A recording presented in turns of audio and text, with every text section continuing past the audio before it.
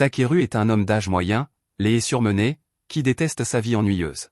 Un jour, après être rentré chez lui après une journée de travail sans intérêt, il s'effondre sur son canapé pour regarder la télévision, mais tout à coup, il se retrouve téléporté dans une dimension étrange, avec le héros X assis en face de lui. Celui-ci affirme être le responsable du système solaire, alors Takeru lui demande s'il est un extraterrestre, mais il répond qu'il est en fait plutôt un dieu, du moins en ce qui concerne Takeru. En résumé, son travail consiste à s'assurer que la vie sur différentes planètes ne s'éteigne pas, et pour cela, il envoie des gens dans de nouveaux mondes pour voir ce qui se passe. Takeru se trouve être le prochain sur la liste des personnes à envoyer, et bien sûr, il a le droit de refuser, mais comme il est techniquement mort à ce moment-là, son âme disparaîtra s'il n'accepte pas d'être envoyé dans un autre monde. Takeru trouve cela tout à fait injuste, et il a raison, ce n'est pas juste, mais il ne peut rien y faire. Kami lui dit qu'il n'a pas à s'inquiéter outre mesure, car il recevra des pouvoirs spéciaux qui lui permettront de survivre dans le nouveau monde, mais il n'a pas vraiment réfléchi aux capacités qu'il devrait donner à Takeru, alors il sort un bloc-notes et commence à noter quelques idées.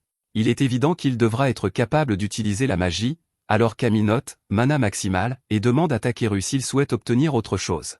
Comme Kami accepte les demandes, Takeru lui demande s'il peut avoir une petite amie gothique dans le nouveau monde, mais vu à quel point Takeru est laid et ennuyeux, Kami lui répond que cela ne sera pas facile. Il promet néanmoins de trouver une solution pour lui une fois qu'il sera arrivé, et en prime, il accorde à Takeru une incroyable capacité de recherche, la compréhension de toutes les langues et plusieurs résistances au début. Il ne sait honnêtement pas s'il a le droit de donner autant de statistiques OP à quelqu'un d'un seul coup, mais il n'a plus le temps de changer quoi que ce soit maintenant que le corps de Takeru a déjà commencé à disparaître, alors il lui souhaite bonne chance dans sa nouvelle vie. L'instant d'après, Takeru se réveille allongé près d'un arbre. Il comprend bien ce qui s'est passé, mais il se demande ce qu'il doit faire maintenant. Il décide de se mettre en route au hasard dans l'espoir de croiser des gens, et heureusement, il aperçoit un village tout proche, même si s'y rendre maintenant ne lui serait pas d'une grande utilité puisqu'il est complètement fauché. C'est alors qu'il se souvient que Kami lui a dit qu'il allait acquérir une compétence de recherche pour l'aider à rassembler des matériaux, ce qui semble être un bon moyen de gagner de l'argent. Il brandit donc son bâton et crie pour activer la magie de recherche, mais rien ne se passe. Il commence alors à paniquer, car s'il ne parvient pas à comprendre comment utiliser son pouvoir, il finira tôt ou tard par mourir de faim. Il commence à écrire des mots déclencheurs possibles sur le sol, et finit par avoir l'idée de simplement dire le mot « recherche », ce qui semble fonctionner. Des icônes violettes apparaissent à côté de tous les objets récoltables dans la zone, et s'il dit le mot « scanner » à côté de l'un d'eux, une description détaillée de ce dont il s'agit s'affiche. Cette fleur particulière est de Rambé, et il ne sait pas trop ce que cela signifie, mais cela doit être une bonne chose, alors il décide de cueillir autant de plantes que possible dans cette zone. Après quelques minutes de cueillette, Takeru a récolté quelques exemplaires de tout ce que cette partie de la forêt a à offrir, mais la plupart des plantes s'avèrent être de rang E, alors il ne sait pas si cela en valait la peine. C'est alors qu'il remarque une jolie pierre à proximité et se demande si elle a suffisamment de valeur pour être vendue, mais lorsqu'il la ramasse, son scan lui indique qu'il s'agit simplement d'un gros morceau d'excrément dentéaté, ce qui est dégoûtant, mais l'excrément est classé c'est pour une raison quelconque, il ne peut donc pas se plaindre. Il a rassemblé suffisamment de ressources pour la journée, il décide donc qu'il est temps de se rendre au village pour voir combien il peut gagner en les vendant. À la tombée de la nuit, Takeru arrive enfin aux portes du village, où il rencontre l'un des gardes. Je ne sais pas si Takeru est vraiment grand ou si le garde est juste très petit. Le garde s'appelle Marlowe, et il est surpris d'apprendre que Takeru est un cueilleur, car il est rare de voir des gens comme lui dans les environs. Marlowe suppose qu'il doit être là pour vendre des matériaux, alors il ouvre la porte et dit à Takeru de se rendre au magasin général du village. Takeru arrive finalement au magasin général, où il rencontre le propriétaire derrière le comptoir. Il lui demande s'il est prêt à lui acheter quelque chose et, tout en parlant, il sort la pierre de crotte de son sac. Le propriétaire est stupéfait lorsqu'il voit la pierre, car c'est une trouvaille incroyable. Il lui propose donc de la lui acheter pour 5 pièces d'or. Takeru est ravi d'apprendre qu'il peut vendre la pierre, mais il ne sait pas vraiment quelle est la valeur de 5 pièces d'or ici, alors il demande au propriétaire de lui expliquer. Le propriétaire lui dit que s'il voulait séjourner dans une auberge, il devrait payer environ 500 raves, et que 5 pièces d'or valent au total 5000 raves, donc cette pierre à crotte a en fait une grande valeur. Le propriétaire demande à Takeru s'il a d'autres marchandises à lui proposer, alors il vide son sac, et le propriétaire n'en revient pas de toutes les plantes exotiques qu'il a réussi à rassembler. Il demande à Takeru pourquoi il s'est donné la peine de venir dans un village aussi isolé s'il avait autant d'objets de valeur, alors il explique qu'il les a simplement ramassés pendant son voyage jusqu'ici. Le vieil homme comprend et, maintenant qu'il a une idée des compétences de Takeru, il lui dit qu'il a une faveur à lui demander. Takeru n'est pas venu ici dans l'espoir de recevoir une quête secondaire, mais il se dit prêt à aider en fonction de la difficulté de la demande. Le propriétaire lui explique alors qu'il souhaite que Takeru aille chercher du minerai de mithril dans les montagnes à l'est. Cela semble être beaucoup de travail, mais le propriétaire se dit prêt à payer 360 pièces d'or pour cela, alors Takeru accepte la mission. Cependant, le propriétaire redevient sérieux et mentionne qu'il y a des monstres dans ces montagnes, ce qui rend Takeru très nerveux. Il va donc devoir être prudent. Cette nuit-là, Takeru loue une chambre à l'auberge du village et est heureux de pouvoir enfin se détendre. La seule chose qui pourrait améliorer cette situation serait de pouvoir prendre un bain, mais il ne sait pas où en trouver un. À ce moment-là, l'une des femmes de chambre frappe à la porte et entre avec un bol d'eau chaude. Takeru lui demande à quoi cela sert, et elle lui explique qu'une partie de leur service consiste à offrir aux clients des bols d'eau chaude pour qu'ils puissent se laver. L'odeur nauséabonde de Takeru lui a pratiquement fait monter les larmes aux yeux lorsqu'il s'est enregistré, alors elle lui en a apporté sans qu'il ait besoin de le demander. Takeru apprécie le geste, mais il dit qu'il préférerait prendre un vrai bain. Cependant, la jeune fille le regarde avec perplexité, car seuls les nobles et les riches peuvent se permettre de prendre des bains, et Takeru a l'air complètement fauché. Il tombe à genoux en réalisant qu'il ne pourra pas prendre de bain normalement dans ce monde, et la jeune fille voit qu'il est vraiment bouleversé de ne pas pouvoir se laver, alors elle lui dit qu'il existe des sorciers capables d'utiliser des sorts pour nettoyer les autres, et qu'il pourrait peut-être essayer cela à la place. Après l'avoir entendu mentionner les sorciers, Takeru se souvient que Kami lui a donné la capacité d'utiliser la magie, il devrait donc être capable d'utiliser un sort de nettoyage. Il est vraiment reconnaissant à la jeune fille pour son intuition, il lui donne donc un gros pourboire en guise de remerciement et la renvoie. Une fois qu'elle est partie, il tente d'utiliser la magie de nettoyage en criant le mot « nettoie », et cela fonctionne du premier coup. Cependant, sentir la magie se répandre sur tout son corps le fait émettre des sons étranges, et la jeune fille le prend probablement maintenant pour un excentrique. Le côté positif, c'est que le sort de nettoyage semble vraiment efficace, donc Takeru n'aura plus à s'inquiéter de sentir mauvais tout le temps, mais il aimerait tout de même pouvoir profiter d'un vrai bain. Le lendemain, Takeru part à la recherche de quelques objets supplémentaires à vendre lorsqu'il remarque un nouveau symbole grâce à sa compétence de recherche. Chaque symbole représente un type particulier de butin, il se demande donc ce que cela peut être, mais à sa grande horreur, lorsqu'il jette un œil, il trouve un squelette en décomposition sur le sol. Son scan lui apprend que ce pauvre type s'appelle Belria et qu'il doit être mort en combattant ici il y a quelque temps. Il s'approche pour inspecter le cadavre et trouve alors un médaillon avec une note dessus. La note était de la petite sœur de Belria, qui le remerciait essentiellement d'avoir travaillé si dur pour gagner de l'argent afin de soigner la maladie de leur père, mais plus que tout, elle voulait juste que son frère rentre sain et sauf à la maison, alors elle lui avait demandé de ne rien faire de trop dangereux. Mais il n'avait clairement pas écouté son conseil. Takeru passe l'heure suivante à organiser les funérailles de Belria, puis, une fois celle-ci terminée, il dessine un cercle et jette un sort pour créer une barrière afin de pouvoir installer son campement. Le lendemain matin, Takeru s'enfonce davantage dans la forêt jusqu'à arriver dans la forêt aux arbres blancs. Cet endroit est censé être rempli de monstres et effrayant comme tout, Takeru aurait donc préféré l'éviter, mais c'est le seul moyen pour lui d'atteindre la montagne orientale. Il jette un sort de lumière afin de bien voir et de pouvoir scruter les environs, mais il ne repère rien de très intéressant. Plus étrange encore, il ne voit aucun monstre dans les environs, alors que cet endroit est censé en regorger. Il ne s'interroge pas trop et décide de profiter de cette étrange absence de monstres pour traverser la forêt à toute vitesse. Cependant, alors qu'il courait, il finit par tomber directement du bord d'une falaise. Il n'y a aucune chance qu'il survive à une telle chute, alors il commence désespérément à réciter des formules magiques pour tenter de se sauver. Heureusement, lorsqu'il prononce le mot « voler », un sort de lévitation s'active, lui permettant d'atterrir en toute sécurité. Il est maintenant coincé au fond d'une caverne, mais il remarque une tonne de minerais dans les parois voisines. Il décide donc d'en profiter et commence à les extraire. Il trouve beaucoup de minerais précieux comme l'argent, mais toujours aucun signe de mithril. Il décide donc de s'enfoncer plus profondément dans les grottes. Après avoir marché un moment, son sens de la recherche l'alerte de la présence d'un minerai enfoui profondément dans les rochers, mais avant que Takeru ne puisse s'y rendre, il sent tout le réseau de grottes commencer à trembler. Il va donc devoir être prudent. Il utilise une explosion de feu contrôlée pour briser la roche et, par chance, il parvient à trouver du minerai de mithril, mais en quantité insuffisante.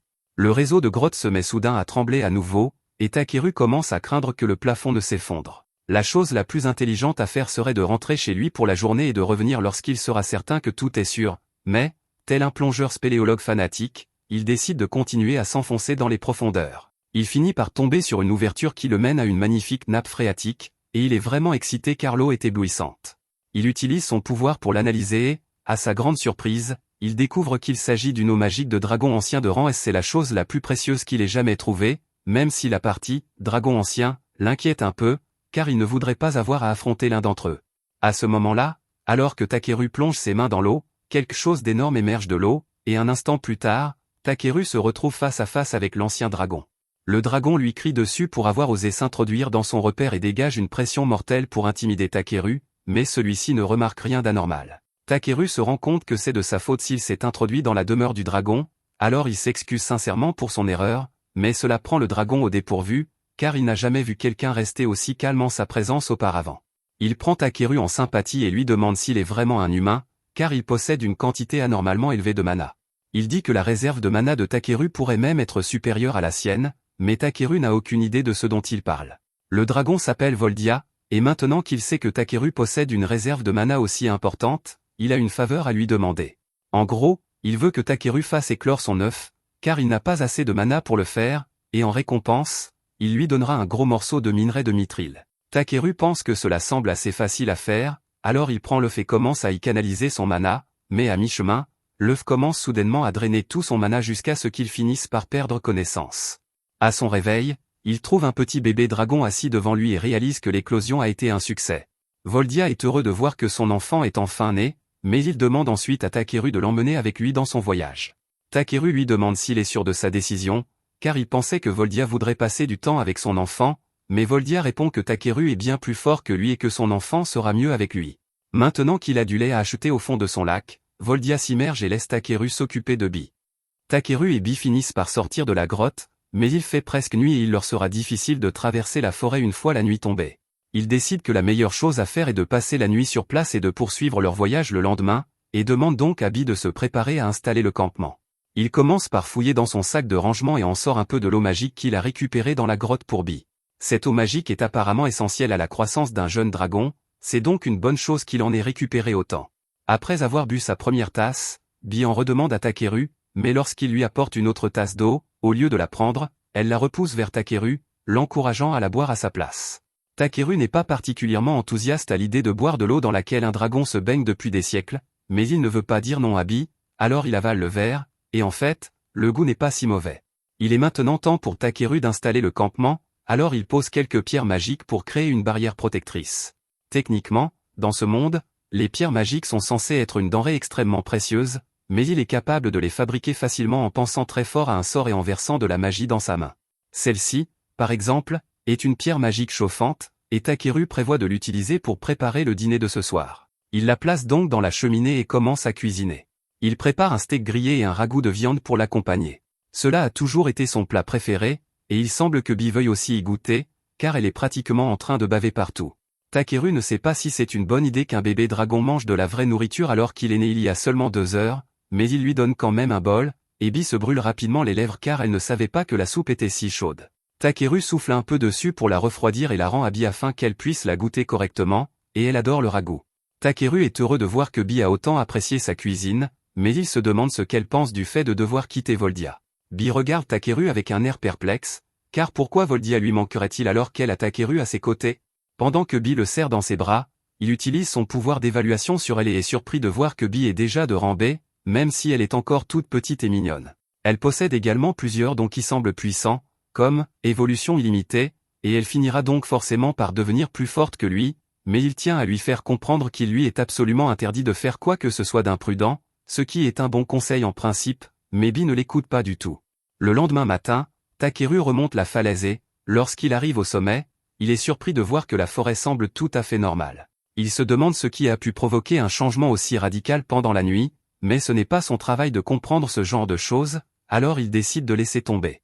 Comme il est là de toute façon, il se dit qu'il pourrait aussi bien faire un peu de cueillette, alors il utilise sa capacité de recherche pour scanner les ingrédients de rancée à proximité, mais juste au moment où il s'apprête à les ramasser, Bi arrive en volant vers lui, paniqué, car il y a quelque chose d'effrayant dans la forêt.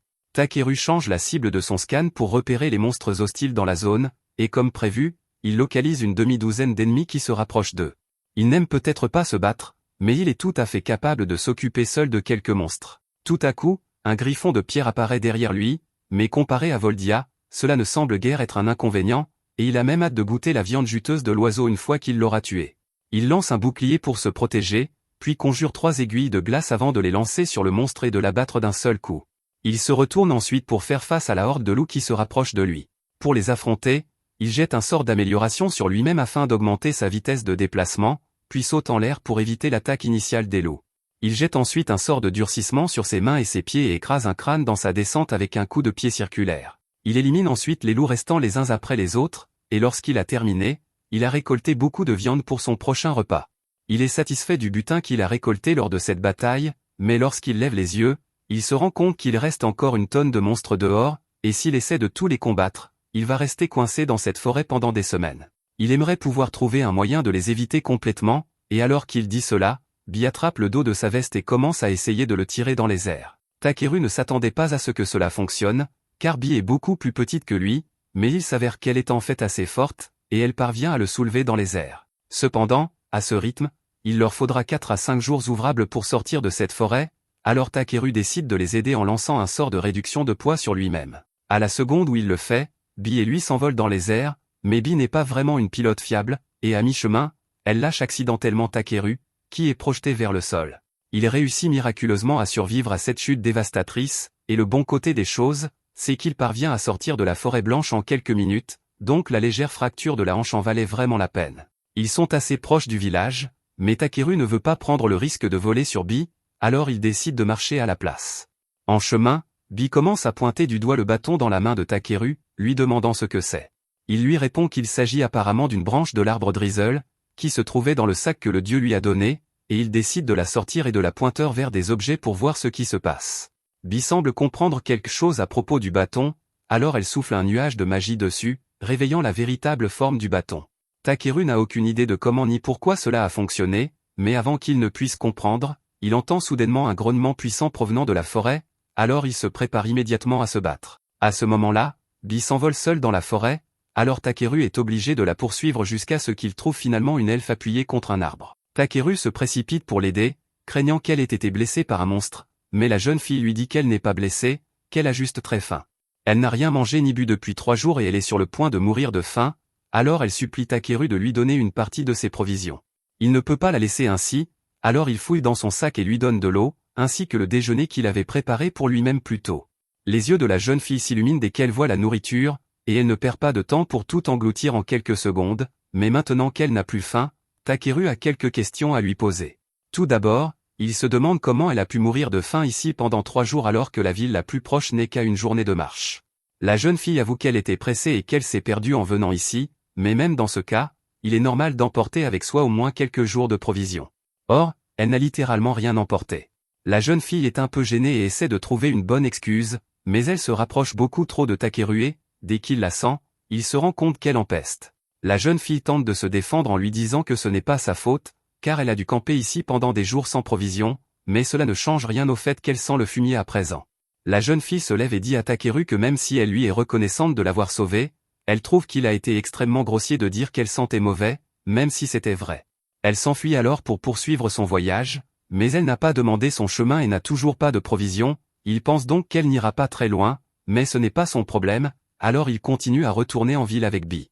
Ils finissent par sortir de la forêt et, le long de la route, Bee remarque un carrosse qui approche, alors il s'arrête pour parler au conducteur. L'homme remarque son bâton et demande à Takeru s'il est sorcier, mais même s'il pourrait certainement l'être s'il le voulait, Takeru préfère s'en tenir à des emplois paisibles, alors il répond à l'homme qu'il n'est qu'un cueilleur qui se trouve avoir un bâton. L'homme lui demande alors ce qu'il fait ici, et Takeru lui explique qu'il se rend au village de Tormi. L'homme est surpris d'apprendre qu'il s'y rend à pied, car le trajet est assez long, mais Takeru n'a pas vraiment le choix. Le conducteur lui propose de le ramener au village s'il le souhaite, et Takeru apprécie le geste, mais il est assez grand et craint de prendre trop de place dans la calèche. Cependant, l'homme et sa famille déjà à bord lui disent qu'il n'y a pas de quoi s'inquiéter, alors il passe par l'arrière et monte à bord. Takeru a récemment remarqué que depuis son arrivée dans ce monde, les enfants semblent naturellement l'apprécier. Il ne sait pas trop pourquoi, mais cela lui facilite les choses, car si les enfants l'aiment bien, la plupart des adultes seront également gentils avec lui. Il les remercie une fois de plus de l'avoir pris en stop, mais ils lui répondent que ce n'est pas grave, car à Tormi, tout le monde s'entraide en cas de besoin. Takeru apprécie leur générosité, mais il trouve qu'ils sont un peu trop confiants, car il aurait très bien pu être un bandit. Cependant, ils lui disent qu'ils savaient qu'il n'était pas un bandit, car s'il avait été une mauvaise personne, cette cloche aurait sonné et il ne lui aurait jamais proposé de le conduire. Takeru est étonné que des cloches puissent être enchantées avec des pierres magiques pour détecter si quelqu'un est mauvais ou non, et il se demande s'il pourra fabriquer quelque chose de similaire plus tard. À ce moment-là, Yunnan remarque un bruit étrange provenant de la veste de Takeru, alors elle lui demande ce que c'est, et il est obligé de lui expliquer qu'il a en fait amené un monstre rare avec lui. Il s'attendait à ce que la famille panique un peu à l'évocation d'un monstre, mais ils lui disent qu'il est en fait tout à fait normal que des aventuriers gardent des monstres comme animaux de compagnie de temps en temps, donc cela ne les dérange pas. Dans ce cas, Takeru n'a plus aucune raison de cacher Bi, alors il lui dit qu'elle peut sortir, mais qu'elle ferait mieux de ne mordre personne. Lorsque les enfants voient Bi, ils sont tous les deux subjugués par sa beauté, mais Elisa et Paulin sont davantage impressionnés par le fait que Takeru ait réussi à apprivoiser un bébé dragon. Ils lui demandent s'il est chevalier dragon, mais il répond qu'il a simplement trouvé et fait éclore un dragon alors qu'il était en mission. Une fois leur venue de faire une pause pour la nuit, Takeru installe sa barrière et assure à la famille que tant que celle-ci restera en place, aucun monstre ne s'approchera d'eux, et même si quelque chose tente de les attaquer, Bi sera là pour les alerter avant qu'ils ne se rapprochent trop. Ils sont tous heureux de savoir qu'ils sont en sécurité pour la nuit, mais ils doivent encore s'occuper du dîner. Elisa se prépare à cuisiner, mais avant qu'elle ne commence, Takeru lui demande si elle accepterait de le laisser s'occuper du repas pour aujourd'hui. Il fouille dans son sac et en sort toutes ses casseroles, ce qui étonne les enfants, car il est impossible que tout cela puisse tenir dans un sac aussi petit.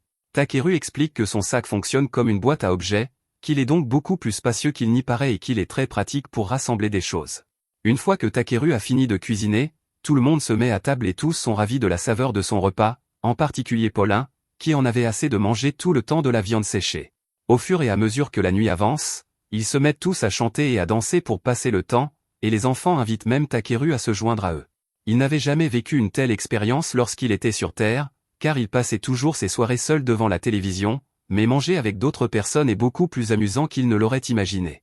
Le lendemain matin, Takeru se réveille et commence à nettoyer ses ciseaux pour s'occuper jusqu'à ce qu'il soit temps de reprendre la route. Paulin lui dit qu'ils peuvent partir après le petit déjeuner, mais Takeru a en fait une petite faveur à lui demander. Il n'a jamais conduit de calèche auparavant, alors il demande à Paulin de le laisser essayer. Celui-ci n'y voit aucun inconvénient et laisse Takeru prendre les rênes, mais ils arrivent rapidement au village. Takeru descend de la calèche et Paulin le remercie de leur avoir donné à manger, mais Takeru répond que c'est lui qui devrait les remercier, car il n'a pas eu à rentrer seul à pied. Paulin et les autres repartent ensuite, et tandis que le petit garde les regarde s'éloigner, il dit que le printemps doit enfin être arrivé. Takeru ne comprend pas ce que cela signifie, alors il demande des explications au garde, qui lui apprend que Paulin gagne sa vie en tissant. Il se rend souvent dans des régions plus chaudes pour son travail, et le voyage est toujours difficile pour lui et sa famille. Incapables de chasser, ils doivent survivre avec de maigres rations.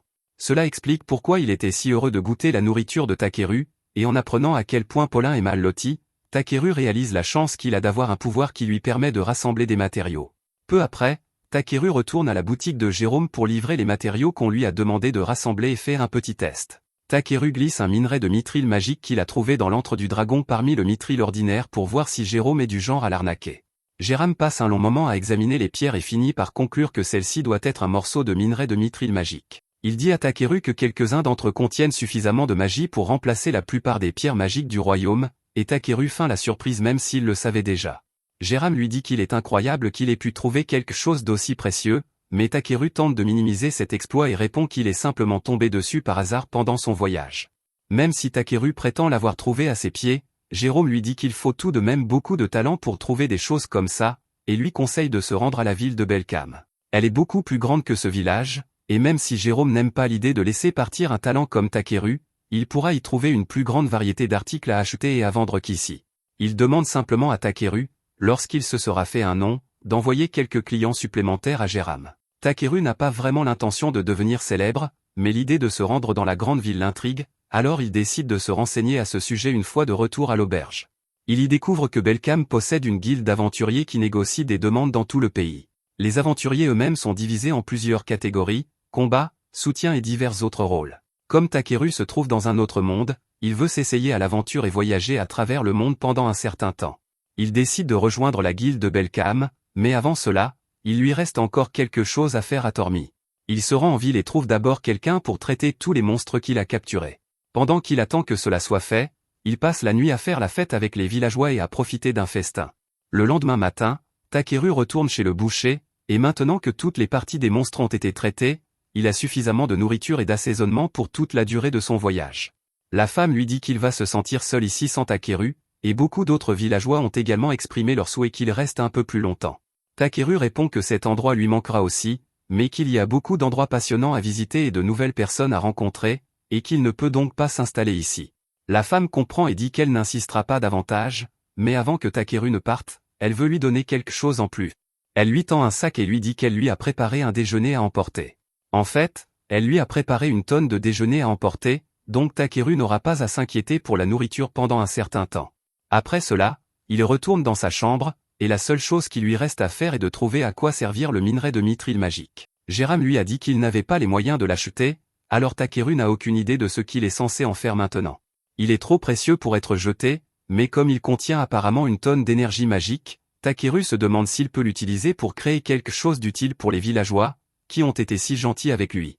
C'est alors qu'il remarque sa lampe sur la table, ce qui lui donne une idée. Il prend donc la pierre magique et essaie de la combiner avec la lanterne. Il ne lui faut pas longtemps pour comprendre comment faire, et après un grand éclair, un objet magique est créé. Le lendemain matin, alors que Takeru s'apprête à partir, tout le village vient lui dire au revoir. Takeru les remercie pour tout ce qu'ils ont fait pour lui et, pour leur montrer sa gratitude, il leur a fabriqué ceci.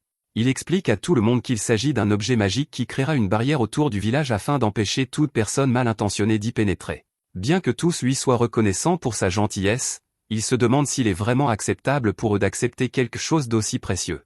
Takeru leur répond que ce n'est pas grave, car c'est le moins qu'ils puissent faire pour les remercier. De plus, il voulait s'assurer que le village serait toujours intact au cas où il reviendrait leur rendre visite. Jérôme est un peu curieux de savoir ce qui alimente l'appareil, alors il jette un œil à l'intérieur et, comme prévu, il trouve la pierre magique, qui vaut une petite fortune.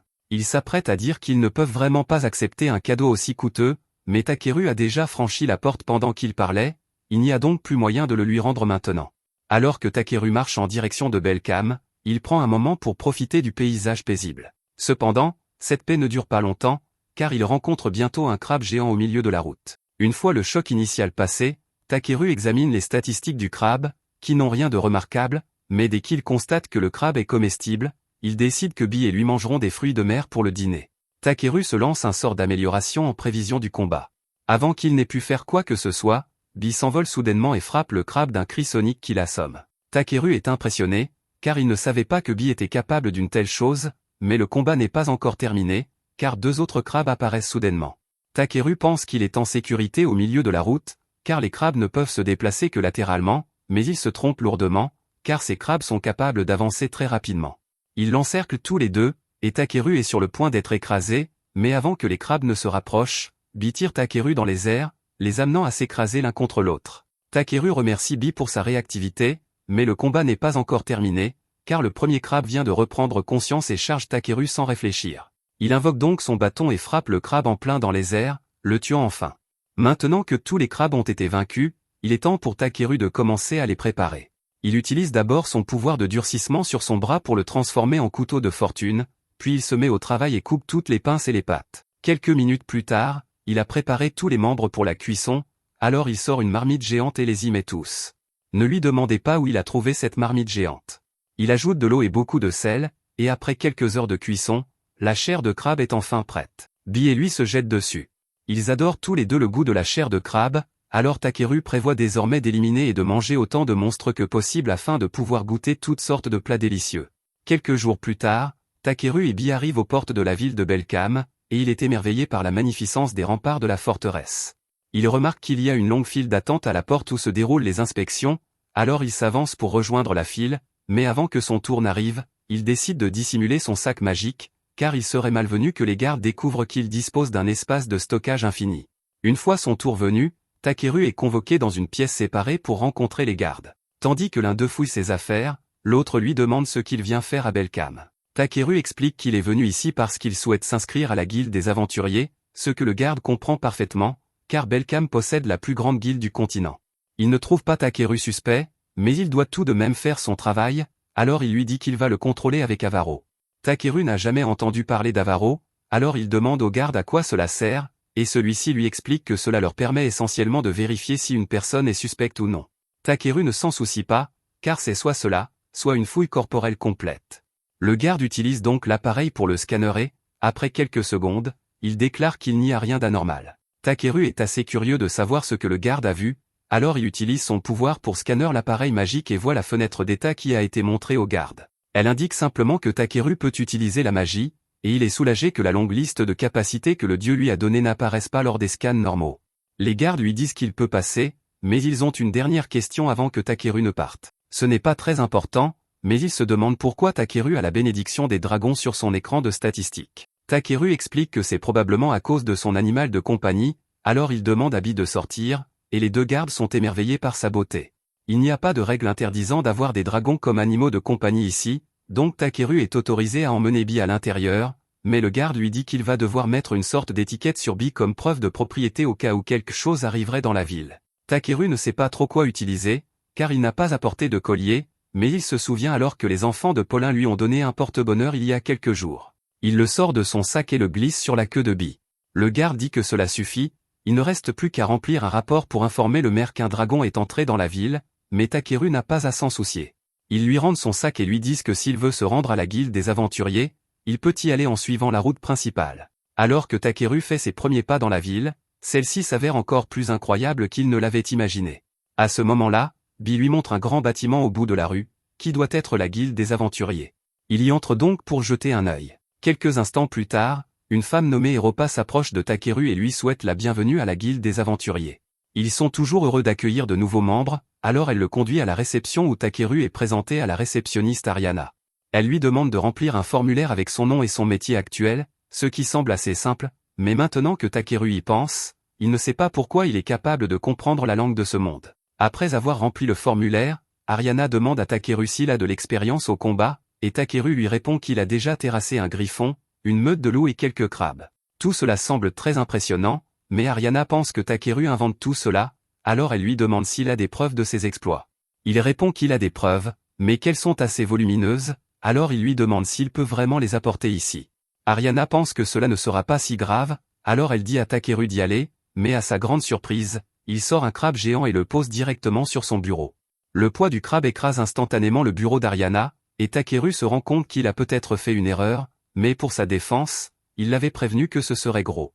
Tous les membres de la guilde se rassemblent pour voir ce qui se passe, et le maître de guilde demande ce qui se passe. Takeru répond qu'il voulait juste montrer son crabe à Ariana, ce que le maître de guilde comprend, mais il se méfie du fait que Takeru possède une boîte à objets et lui demande où il l'a trouvée. Takeru répond qu'il l'a reçue en cadeau, et après avoir utilisé son pouvoir, le maître de la guilde confirme que Takeru dit la vérité. Le maître de la guilde possède un pouvoir de scan similaire à celui de Takeru, mais au lieu d'un écran de statistiques, il voit simplement une aura autour d'une personne qui lui indique si elle a de bonnes ou de mauvaises intentions, et Takeru semble inoffensif, il n'y a donc pas lieu de le punir pour une simple erreur. Il dit qu'ils peuvent évaluer le crabe et effectuer le paiement avant la fin de la journée, mais Takeru répond qu'il a en fait l'intention de manger le crabe plus tard, ce qui choque tout le monde dans la guilde. La foule commence à grossir, alors Ariana dit qu'elle va terminer l'inscription de Takeru dans la pièce voisine. Une fois à son nouveau bureau, elle lui dit que le crabe a définitivement prouvé qu'il était un combattant compétent, alors elle termine son inscription et lui tend un brassard de la guilde. Elle sait qu'il mérite un rang plus élevé, mais selon les règles de la guilde, tous les nouveaux membres doivent commencer au rang F. Cependant, avec ses compétences, il devrait pouvoir monter en grade en un rien de temps. Le lendemain, Takeru retrouve la famille de Balluri, le garçon qu'il a trouvé mort dans les bois, afin de l'informer de son décès et de lui rendre quelques-unes de ses affaires. La famille de Balluri est dévastée, d'autant plus qu'elle lui avait demandé de ne pas partir à l'aventure, mais il avait insisté pour le faire afin de payer les médicaments de son père. Takeru voit bien que le père est toujours très malade et qu'il souffre de la perte de son fils, alors il veut faire quelque chose pour aider. Il se rend ensuite à la guilde pour vendre un tas d'herbes, et le commis est ravi de voir la taille impressionnante des champignons et des feuilles. À ce moment-là, Ariana arrive au coin de la rue à la recherche de Takeru, et il semble qu'il soit devenu très populaire en ville ces derniers temps, car une tonne d'offres d'emploi ont été publiées à son nom. Takeru est heureux d'apprendre que les gens ont une si bonne opinion de lui, mais il n'a pas assez de temps pour accepter tous ces emplois, alors il lui dit qu'il n'en prendra que quelques-uns pour l'instant. Après cela, Takeru se rend au bain public pour prendre un long bain relaxant, et quelques instants plus tard, Clay entre à son tour et s'installe juste à côté de Takeru. Takeru est surpris de le voir ici, car il ne vient généralement pas à cette heure-là, mais il dit qu'il semble qu'il va bientôt pleuvoir et qu'il voulait donc prendre un bain rapide avant.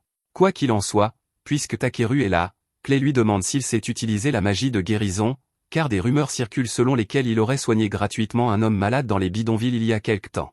Takeru admet que c'est vrai, et Clay est surpris d'entendre cela, car la plupart des guérisseurs demandent des honoraires très élevés. Maintenant que Takeru y pense, Il craint que les guérisseurs qui font payer leurs services lui en veuillent de leur faire concurrence, mais le fait que ce soit la seule préoccupation de Takeru ici fait rire Clay. Il encourage Takeru à passer le test d'évaluation de rang afin qu'il puisse monter en grade, mais celui-ci répond qu'il n'en a pas vraiment envie, car il est satisfait de la situation actuelle. Clay voit bien que Takeru est un type décontracté, mais il l'avertit qu'il finira par attirer une attention indésirable en agissant ainsi. Alors qu'il s'en va, il encourage Takeru à en apprendre un peu plus sur le fonctionnement du monde. Plus tard, Takeru livre un autre lot d'herbe à la guilde, et le commis le remercie pour son travail, mais il aimerait vraiment que Takeru envisage de monter en grade, car il pourrait facilement atteindre un rang élevé. Takeru répète qu'il est heureux là où il est et qu'il n'a pas l'intention de dépasser le rang F. À ce moment-là, une grande agitation éclate dans la guilde, car une horde de gobelins a été aperçue près de la ville. Le maître de guilde ordonne immédiatement à tous les aventuriers de rang D et supérieur de se préparer au combat. Il demande ensuite à la réceptionniste s'il y a des aventuriers de rang A disponibles pour se joindre au combat, mais malheureusement, la plupart d'entre eux sont déjà en mission, et le seul aventurier de rang A restant est Clay. Le maître de guilde est soulagé de savoir qu'ils auront au moins le soutien de l'honorable roi dragon, et il demande à Musli d'aller informer Clay de la situation immédiatement. Takeru assiste à toute la scène et, même s'il pourrait probablement vaincre à lui seul toute l'armée des gobelins, il n'est que de rang F, donc il se moque bien d'apporter son aide. Cependant, le maître de guilde est bien conscient de ce que Takeru essaie de faire, alors il le prend à part et lui dit qu'il participera à la mission, qu'il le veuille ou non. Peu de temps après, une fois tous les aventuriers rassemblés, le maître de guilde leur explique le déroulement de l'opération. Les lignes de front se trouvent dans les plaines méridionales de Stavlao et les gobelins vont probablement se diriger directement vers Belkam à partir de là. Ils ne peuvent pas laisser les gobelins franchir les remparts de la ville, alors le maître de guilde leur demande d'intercepter les gobelins à la rivière Zawi. Tout le monde semble enthousiaste à l'idée de défendre la ville, mais Takeru n'a vraiment pas envie d'être là.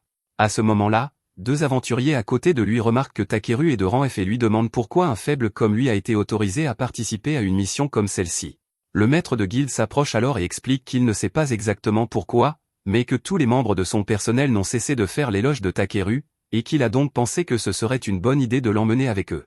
Techniquement, il n'a pas le droit de forcer un aventurier de rang F à se battre, car l'union lui tomberait dessus, mais rien ne l'empêche de demander à Takeru de ramasser des objets de valeur sur le champ de bataille. Le maître de guilde s'éloigne alors, et Musli s'excuse auprès de Takeru car elle ne comprend pas pourquoi le maître de guilde obligerait un membre de rang F à participer à un combat, mais quoi qu'il en soit, elle promet de faire de son mieux pour le soutenir sur le terrain. Takeru ne comprend pas de quoi elle parle, alors Musli lui explique qu'elle sait utiliser un peu de magie de guérison et qu'elle l'aidera en tant que médecin. Takeru comprend pourquoi Musli a été sollicité, mais vu son enthousiasme à l'idée d'un combat mortel, il a le sentiment que quelque chose va terriblement mal tourner. Peu après, Takeru arrive à l'avant-poste avec Musli, et dès qu'ils y parviennent, elle est effrayée par un oiseau et commence à s'agripper au bras de Takeru. Il lui demande de le lâcher, mais Musli est trop terrifiée pour lâcher son étreinte. Elle continue d'insister sur le fait qu'elle n'a pas peur, mais Takeru n'est pas aveugle. Il lui dit qu'il se trouve dans un avant-poste arrière, loin de tout combat réel, et que les chances qu'elle rencontre un véritable monstre sont donc très faibles. Il lui dit qu'il n'y a rien de mal à avoir peur, car même les guerriers les plus courageux connaissent la peur, et qu'elle doit simplement faire de son mieux avec les capacités dont elle dispose. Les paroles de Takeru remontent le moral de Musli, qui promet de faire de son mieux et court se réfugier dans l'une des tentes. Quelques instants plus tard, Clay sort et trouve amusant que Takeru vienne de faire un discours sur l'importance de se battre alors qu'il avait tout fait pour éviter de venir sur le champ de bataille plus tôt. Takeru voit l'ironie dans ses propos, mais il répond qu'il n'aime tout simplement pas s'impliquer inutilement dans des problèmes. En parlant d'éviter les combats, Takeru est surpris de voir Clay à l'arrière, car il pensait qu'il serait en première ligne avec les autres. Clay admet que certaines vieilles blessures ont recommencé à le faire souffrir, et que son corps ne fonctionne donc pas aussi bien que d'habitude. Takeru lui demande s'il parle des cicatrices qu'il a vues sur son dos lorsqu'ils étaient au bain public. Clay se fige un instant, s'attendant à ce que Takeru le méprise pour avoir des cicatrices aussi honteuses, mais celui-ci ne voit pas où est le problème. Clay explique que les cicatrices dans le dos sont une tache sur la fierté d'un guerrier, car elles signifient que vous avez été blessé en fuyant un adversaire, mais Takeru ne pense pas qu'il y ait quoi que ce soit de honteux à cela. On voit bien que Clay a reçu ses cicatrices en essayant de protéger quelqu'un, et même s'il a été gravement blessé, il a quand même réussi à survivre, c'est donc quelque chose dont il devrait être fier. À ce moment-là, les deux hommes entendent le grondement sourd de centaines de pas qui se rapprochent. Clay se rend compte que la formation défensive du maître de guilde sur la ligne de front a dû être percée et que l'ennemi approche, ils doivent donc se préparer au combat. Clay attrape une lance et dit à Takeru qu'il part à leur rencontre. Même si ses cicatrices lui causent encore beaucoup de douleur, il jure qu'il protégera Takeru même si son corps doit en souffrir. Takeru tente de convaincre Clay qu'il n'a vraiment pas besoin de faire cela, mais celui-ci est déjà loin. Il regarde alors vers la tente et voit Musli en train de soigner l'aventurier blessé. La voir faire tant d'efforts malgré sa peur, même alors que l'ennemi approche, le fait se sentir coupable d'avoir voulu choisir la facilité. Ici et maintenant, il décide de faire tout ce qui est en son pouvoir pour s'assurer que tout le monde rentre sain et sauf, alors il jette un sort pour créer une barrière autour de l'avant-poste afin de protéger Musli et les autres guérisseurs, puis se dirige vers le front pour affronter les gobelins. Sur le front, les aventuriers se battent tous pour leur vie afin de tenir les gobelins à distance, mais à ce rythme, ce n'est qu'une question de temps avant que les gobelins n'envahissent la ville. Cependant, tout à coup, Takeru arrive en courant sur le champ de bataille et frappe l'un des gobelins si fort qu'il est projeté contre un pilier de pierre. Takeru est un peu effrayé à l'idée de combattre des monstres humanoïdes, mais il n'a pas le temps de réfléchir à l'éthique de la situation, alors il demande à Bi d'éliminer les autres à sa place. Bi s'envole dans les airs et utilise la magie de la foudre pour carboniser tous les gobelins de la zone d'un seul coup. Maintenant que tout le monde est en sécurité, Takeru va voir comment ils vont et leur demande ce qui s'est passé. Diego explique que leur formation tenait bien au début, mais qu'à un moment donné, un sergent gobelin de haut rang est apparu et que les choses ont rapidement dégénéré. Heureusement, Clay est arrivé juste à temps pour les sauver du sergent gobelin et le repousser, mais les autres se sont retrouvés séparés de lui dans le chaos, et ils ne savent donc pas où il se trouve ni s'il va bien. Takeru part à la recherche de Clay, près de la forêt, nous le voyons se battre pour sa vie, encerclé par des gobelins. Il parvient à en éliminer quelques-uns avec sa lance, mais ses blessures sont encore très douloureuses et la douleur le met à genoux. Les gobelins tentent alors de profiter de la situation et le poignardent dans le dos. Cependant, avant qu'il n'ait pu le faire, Takeru vient à la rescousse de Clay et les électrocute à mort. Clay est choqué de voir Takeru et lui dit de partir car c'est dangereux ici, mais Takari lui rappelle que c'est lui qui est gravement blessé et qu'il ne devrait pas se pousser autant. À ce moment-là, les deux hommes entendent le sergent gobelin s'approcher. Ils se jettent sur eux, mais Takeru et Clay parviennent à l'esquiver à temps. La solution la plus sûre serait de battre en retraite, mais ils n'ont aucune chance de distancer le sergent gobelin. Malgré la douleur incroyable qu'il ressent à cet instant, Clay se met en position de combat et dit qu'il retiendra le gobelin assez longtemps pour permettre à Takeru de s'enfuir, car quoi qu'il arrive, il refuse de laisser son ami mourir dans un endroit pareil. Takeru est touché par la détermination de Clay, alors il lui demande si les cicatrices sur son dos ont une valeur sentimentale pour lui. Clay trouve cette question étrange au milieu d'un combat, car ces cicatrices ne font que lui rappeler ses échecs passés, et il les déteste de tout son cœur. Takeru en déduit qu'il ne verrait pas d'inconvénient à ce qu'elles soient effacées, et avant que Clay n'ait le temps de lui demander de quoi il parle, Takeru fouille dans son sac et asperge Clay avec un peu d'eau magique de Voldius. Il jette ensuite un sort de guérison totale sur Clay pour faire disparaître ses cicatrices, mais cela pourrait avoir eu des effets secondaires indésirables, car si les cicatrices ont disparu, cela a également forcé Clay à évoluer et à devenir noir. Takeru n'a aucune idée de ce qui vient de se passer, tout comme Clay, mais non seulement la douleur causée par ses cicatrices a disparu, mais il se sent également plus fort que jamais pour une raison inconnue. Il décide de tester sa nouvelle force en attaquant les gobelins tout seul, et en quelques secondes, il les a tous éliminés sans même transpirer. Plus tard dans la nuit, Clay se rend dans la chambre de Takeru et il est maintenant revenu à la normale, mais il peut encore sentir une immense énergie brûler dans son corps, alors il exige de savoir exactement ce que Takeru lui a fait plus tôt dans la journée. Takeru explique qu'il a simplement utilisé de l'eau magique provenant d'un dragon ancien comme catalyseur et qu'il a lancé un sort de guérison. Clay est perplexe, alors il demande à Takeru comment il connaît un dragon ancien, et celui-ci lui explique que Voldius est le père de Bi, ce qui signifie en quelque sorte que Bi est également un dragon ancien. Clay s'assoit et prend un moment pour assimiler toutes les informations qu'il vient d'apprendre. Il est reconnaissant envers Takeru pour ce qu'il a fait pour lui, mais aucune personne ordinaire n'aurait été capable d'un tel exploit, alors Clay lui demande qui il est vraiment.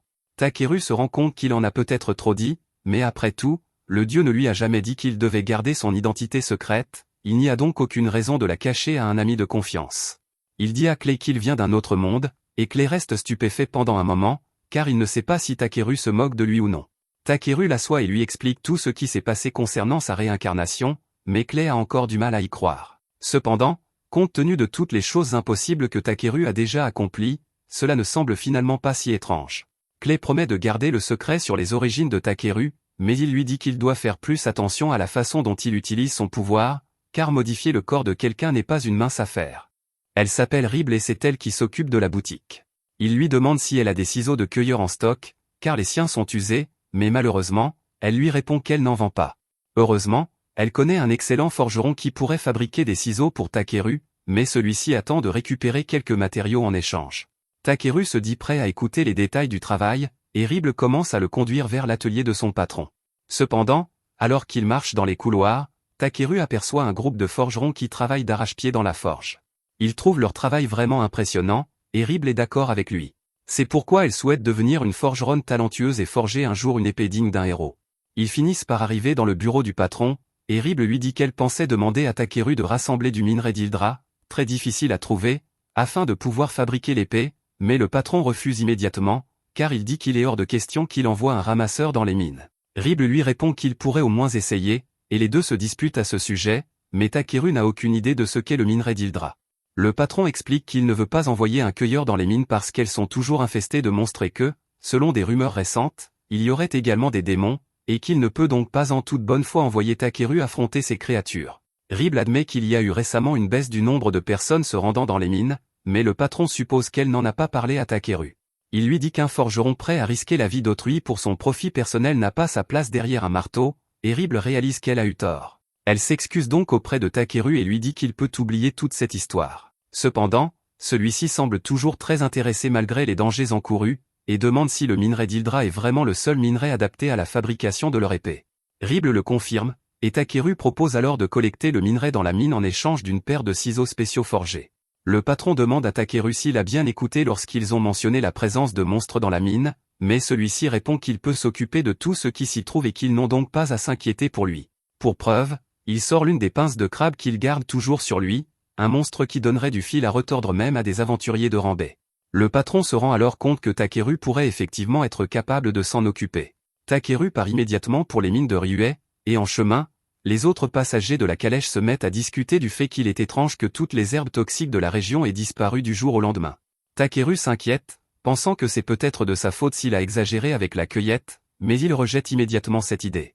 Peu après, la calèche le dépose et il se rend compte qu'il se trouve près d'une ferme équestre, alors il va jeter un œil à l'intérieur. Là, il aperçoit par hasard la jeune elfe qu'il a rencontrée auparavant, qui semble se disputer avec le propriétaire de la ferme parce qu'elle a demandé un cheval blanc capable de galoper dans le ciel, mais que le fermier lui montre à la place un corbeau géant.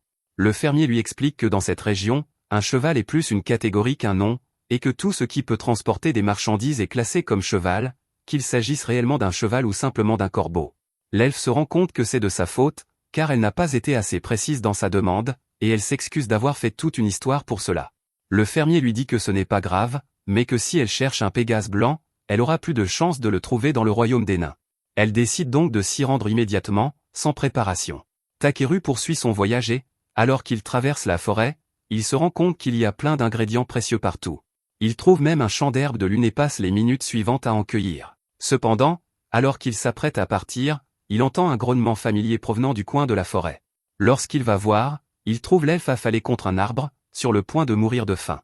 Il lui donne de la nourriture et de l'eau, et elle lui est très reconnaissante de son aide, alors elle lui tend la main pour lui serrer la main. Cependant, elle sent toujours très mauvais, et Takeru refuse d'être exposé plus longtemps à cette odeur nauséabonde, alors il utilise Clean sur elle. Elle se présente comme Velvrita Brolita et remercie Takeru pour sa gentillesse envers elle, tant aujourd'hui qu'à l'époque. Takeru lui dit qu'elle n'a pas besoin de le remercier et commence à s'éloigner, mais Brolita l'arrête car elle veut le remercier. Takeru lui répond qu'il ne l'a pas aidé dans l'espoir d'une récompense, mais Brolita lui dit alors qu'elle l'accompagnera dans son voyage pour l'aider autant qu'elle le pourra. Takeru lui dit qu'elle n'a vraiment pas besoin de faire ça, mais elle insiste, alors il décide de la laisser faire ce qu'elle veut. Au cours des heures suivantes, Takeru passe son temps à cueillir d'autres herbes dans la forêt, et Brolita fait de son mieux pour l'aider, mais elle ne cesse de ramasser des choses inutiles. Peu après, il est temps pour eux d'installer leur campement, alors Brolita lui demande si elle doit aller chercher du bois pour lui. Takeru lui répond qu'il n'a pas besoin d'elle, car il a déjà des pierres magiques pour faire du feu. Cependant, Brolita lui dit qu'il est important de laisser des traces d'un feu de camp sur des chemins comme celui-ci, car cela montrera aux autres voyageurs que c'est un endroit sûr pour camper. Takeru se rend compte qu'elle a raison, alors Brolita part dans les bois et revient peu après avec une énorme bûche sur l'épaule. Takeru lui dit qu'ils ne peuvent pas utiliser quelque chose d'aussi gros comme bois de chauffage, mais Brolita répond qu'elle n'a pas encore fini. Elle jette la bûche en l'air, puis sort ses lames et la découpe en dizaines de morceaux plus petits d'un seul coup. Takeru est très impressionné, car il ne savait pas que Brolita était si douée, mais il est encore plus étonné par le fait que ses armes soient de rang A, car c'est la première fois qu'il voit des armes aussi bien classées. Ce soir-là, Takeru prépare une soupe, et dès que Brolita y goûte, elle est stupéfaite, car elle n'a jamais rien mangé d'aussi bon auparavant. Pendant qu'il mange, elle lui demande s'il se rend également au royaume des nains, et Takeru lui explique qu'il a accepté un travail consistant à collecter du minerai d'Hildra dans les mines de Ryuei qui s'y trouvent. Quant à Brolita, elle dit qu'elle voyage à la recherche d'un Pégase blanc, car c'est le plus grand souhait de sa sœur et elle veut le voir se réaliser.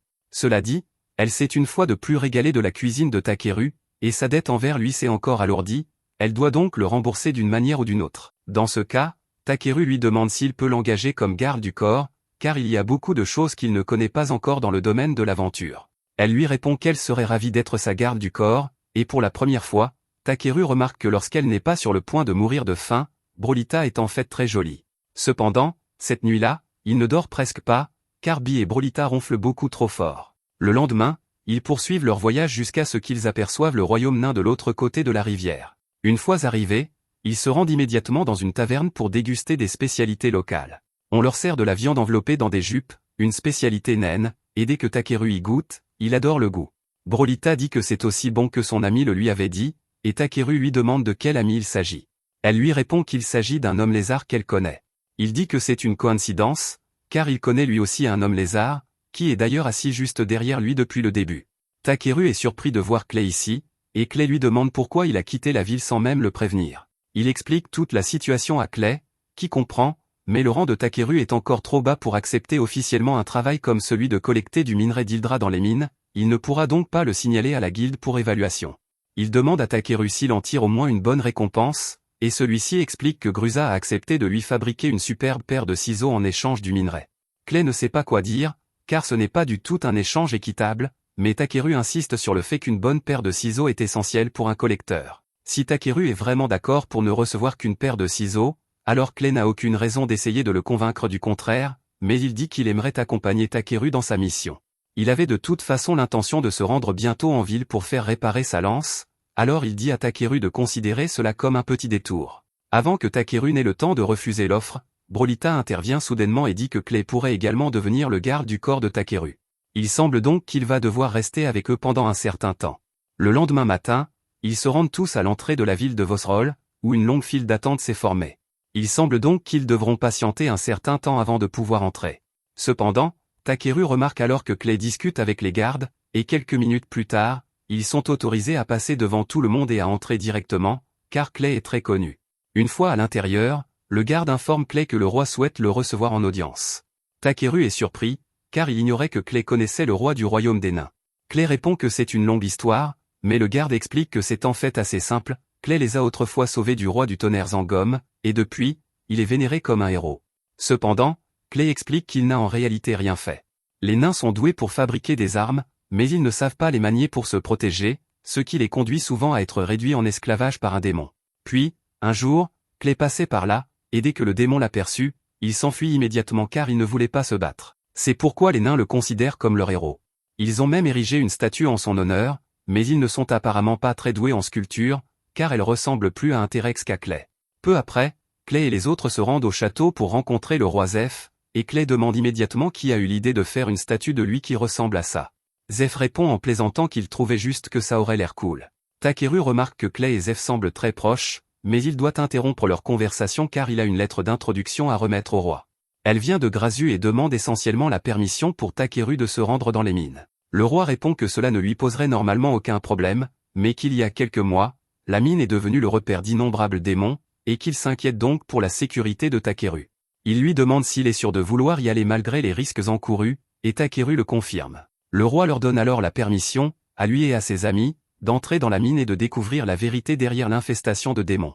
Clay répond immédiatement qu'il comprend, mais Takeru reste sans voix, car enquêter sur les démons ne faisait pas partie de son programme pour aujourd'hui. Il se dirige finalement vers l'entrée de la mine, et le réceptionniste en chef de la guilde locale ouvre la porte pour les laisser entrer.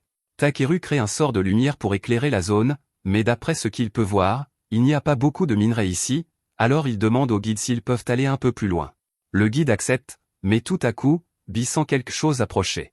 Takeru utilise alors son pouvoir de scan et se rend compte qu'ils sont attaqués par deux araignées géantes. Clay intervient et utilise sa lance pour transpercer la bouche de la première, tandis que Takeru utilise la magie pour paralyser la seconde, ce qui laisse suffisamment de temps à Brolita pour la découper en morceaux. Le problème des araignées est donc réglé. Plus ils s'enfoncent dans la mine, plus l'énergie magique semble forte, et Takeru commence à remarquer des traces de minerai d'Hildra dans les parois, mais elles ne sont pas assez importantes pour répondre à ses besoins. C'est alors qu'il remarque quelque chose enfoui profondément dans le mur. Il lance alors un sort explosif dessus, révélant un énorme filon de minerai d'hydrite. Ce n'est pas du minerai d'Hildra, mais c'est encore plus rare et précieux, et le guide lui dit que c'est une découverte incroyable. Cependant, à ce moment-là, Bee avertit Takeru que quelque chose approche, et les yeux du guide deviennent blancs lorsqu'il se rend compte qu'il s'agit d'un démon. Après l'avoir bien observé, Takeru dit à tout le monde de reculer car il a l'intention de s'en occuper lui-même, non pas parce qu'il déteste les démons, mais parce que le démon en question est un crabe, et que lui et Bee ont hâte de le manger. Takeru demande à Bee de lui fournir un tir de couverture pendant qu'il se précipite pour attaquer, mais il rappelle à Bee de ne pas utiliser d'attaque de feu ou de foudre, car ils ne veulent pas détruire la chair juteuse du crabe. Bee utilise un cri sonique pour désorienter le crabe pendant que Takeru court vers lui et lui assène un coup sur la tête avec son bâton. Cependant, celui-ci est beaucoup plus résistant que les autres qu'il a affrontés par le passé, et il reçoit un coup au visage, mais il n'abandonne pas pour autant. Le crabe tente de lui marcher dessus, mais Takeru parvient à rouler sur le côté à temps, et Bee en profite pour geler la patte du crabe. Cela donne une idée à Takeru, qui forme plusieurs aiguilles de glace et les lance toutes sur le crabe, le gelant complètement. Broly est impressionné par la facilité avec laquelle Takeru a vaincu le monstre crabe, mais Clay, quant à lui, est furieux et demande à Takeru pourquoi il a choisi de combattre cette créature tout seul. Takeru répond qu'il s'est laissé emporter et qu'il ne voulait pas que Clay ou Broly l'aident, car il craignait que leurs armes sales ne gâchent la chair du crabe. Clay est choqué d'apprendre que Takeru a l'intention de manger cette créature, mais il rappelle à Takeru qu'il est là pour le protéger et que son travail consiste à se battre et à le défendre à tout moment, et qu'il devrait donc apprendre à compter davantage sur ses amis. Takeru n'avait pas vraiment besoin d'aide pour vaincre le monstre crabe, mais il comprend le point de vue de Clay, alors il s'excuse et promet de compter davantage sur lui à l'avenir. Clay est heureux de l'entendre, alors il dit qu'il devrait probablement commencer à transporter le monstre crabe hors d'ici s'il prévoit de le manger. Peu de temps après, Takeru et les autres ont déplacé le corps du crabe et sont actuellement occupés à extraire des gemmes. Ils ont déjà rassemblé toutes les pierres précieuses de la zone, mais Takeru dit qu'il y a de fortes chances qu'il trouve un filon encore plus important s'il creuse un peu plus profondément. Le guide est extrêmement reconnaissant envers Takeru, car non seulement il s'est occupé du démon qui terrorisait cet endroit, mais il leur a également trouvé un nouveau filon de minerai, et il ne sait pas comment il pourrait le remercier. Plus tard, Takeru et les autres retournent au château pour rencontrer le roi, et Zambo l'informe des exploits de Takeru. Le roi est émerveillé par tout ce que Zambo lui raconte, et pour prouver ses exploits, Zambo demande à Takeru de montrer au roi le monstre crabe qu'il a capturé. Takeru lui demande s'il est sûr de cela, mais le roi semble vouloir le voir, alors il ouvre sa boîte à objets et pose le crabe sur le sol. Le roi est impressionné par la taille du monstre et dit à Takeru qu'il mérite une récompense pour avoir si bien réussi à le capturer. Dans ce cas, Takeru demande s'il peut prendre le corps du crabe comme récompense, et le roi est déconcerté par cette demande étrange, mais il n'y voit aucun inconvénient. Quelques minutes plus tard, Takeru et les autres sortent du château, et Takeru et Bee ont du mal à s'empêcher de saliver à l'idée de tous les délicieux crabes qu'ils vont bientôt manger. De plus, sa carapace dure constituera un bon matériau de base pour les ciseaux que Takeru a demandé, donc ce voyage s'est avéré très fructueux pour lui. Pour couronner le tout, le lendemain, le roi prépare un Pégase blanc pour Broly en guise de récompense, car il a entendu dire qu'elle en cherchait un, mais maintenant que j'y pense, elle n'a pas vraiment fait grand-chose pendant son séjour ici. Le roi a également fait réparer la lance de Clay, et celui-ci est très satisfait du résultat. Broly dit qu'elle doit rentrer chez elle, car le Pégase est un cadeau de sa sœur, et elle ne peut exprimer à quel point elle est reconnaissante à Takeru pour tout ce qu'il a fait. Il essaie de lui dire que ce n'est pas grave, mais elle insiste pour trouver un moyen de le remercier, même si cela lui prend le reste de sa vie. Plus tard, Takeru et Clay retournent à la guilde, et il est accueilli par Ariana dès qu'il entre. Elle est heureuse de le voir de retour, mais elle est surprise de voir Clay avec lui, alors elle leur demande s'ils ont formé un groupe ensemble ou quelque chose comme ça. Takeru s'apprête à lui dire qu'ils se sont simplement croisés par hasard, mais Clay l'interrompt et dit qu'ils ont effectivement formé un groupe. Ariana est ravie d'apprendre cela, et avant que Takeru n'ait pu lui dire qu'il n'avait en fait pas formé de groupe, elle est déjà partie en courant pour informer le maître de la guilde. Takeru se tourne alors vers Clay et lui demande pourquoi il a dit une chose pareille, mais Clay répond qu'il n'y a pas de mal à cela.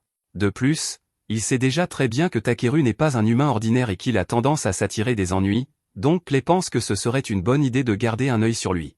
Même si Takeru n'aime pas qu'on lui impose quoi que ce soit, il admet que l'idée d'avoir Clay comme coéquipier n'est peut-être pas si mauvaise.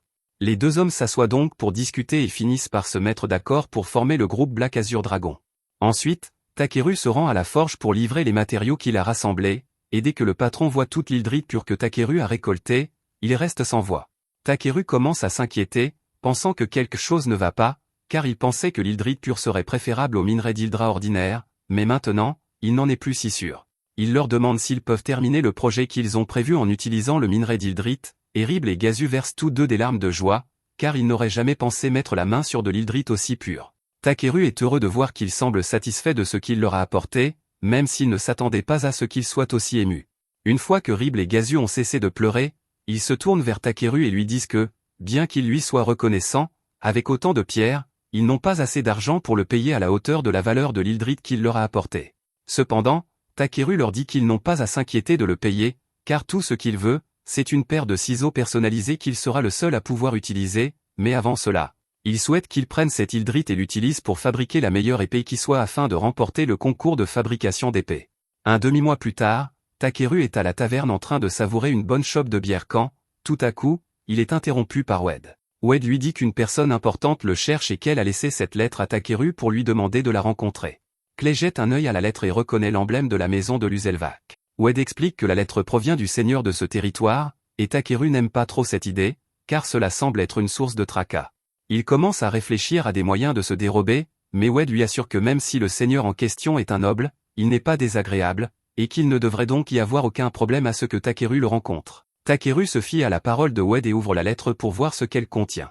Il s'agit d'une invitation officielle adressée à Takeru et Clay à se rendre au manoir du seigneur afin qu'il puisse leur rendre hommage. Clay est surpris de voir son nom également mentionné dans la lettre, mais Wade lui explique que le seigneur a probablement entendu parler du groupe formé par Takeru et Clay et qu'il a voulu les inviter tous les deux.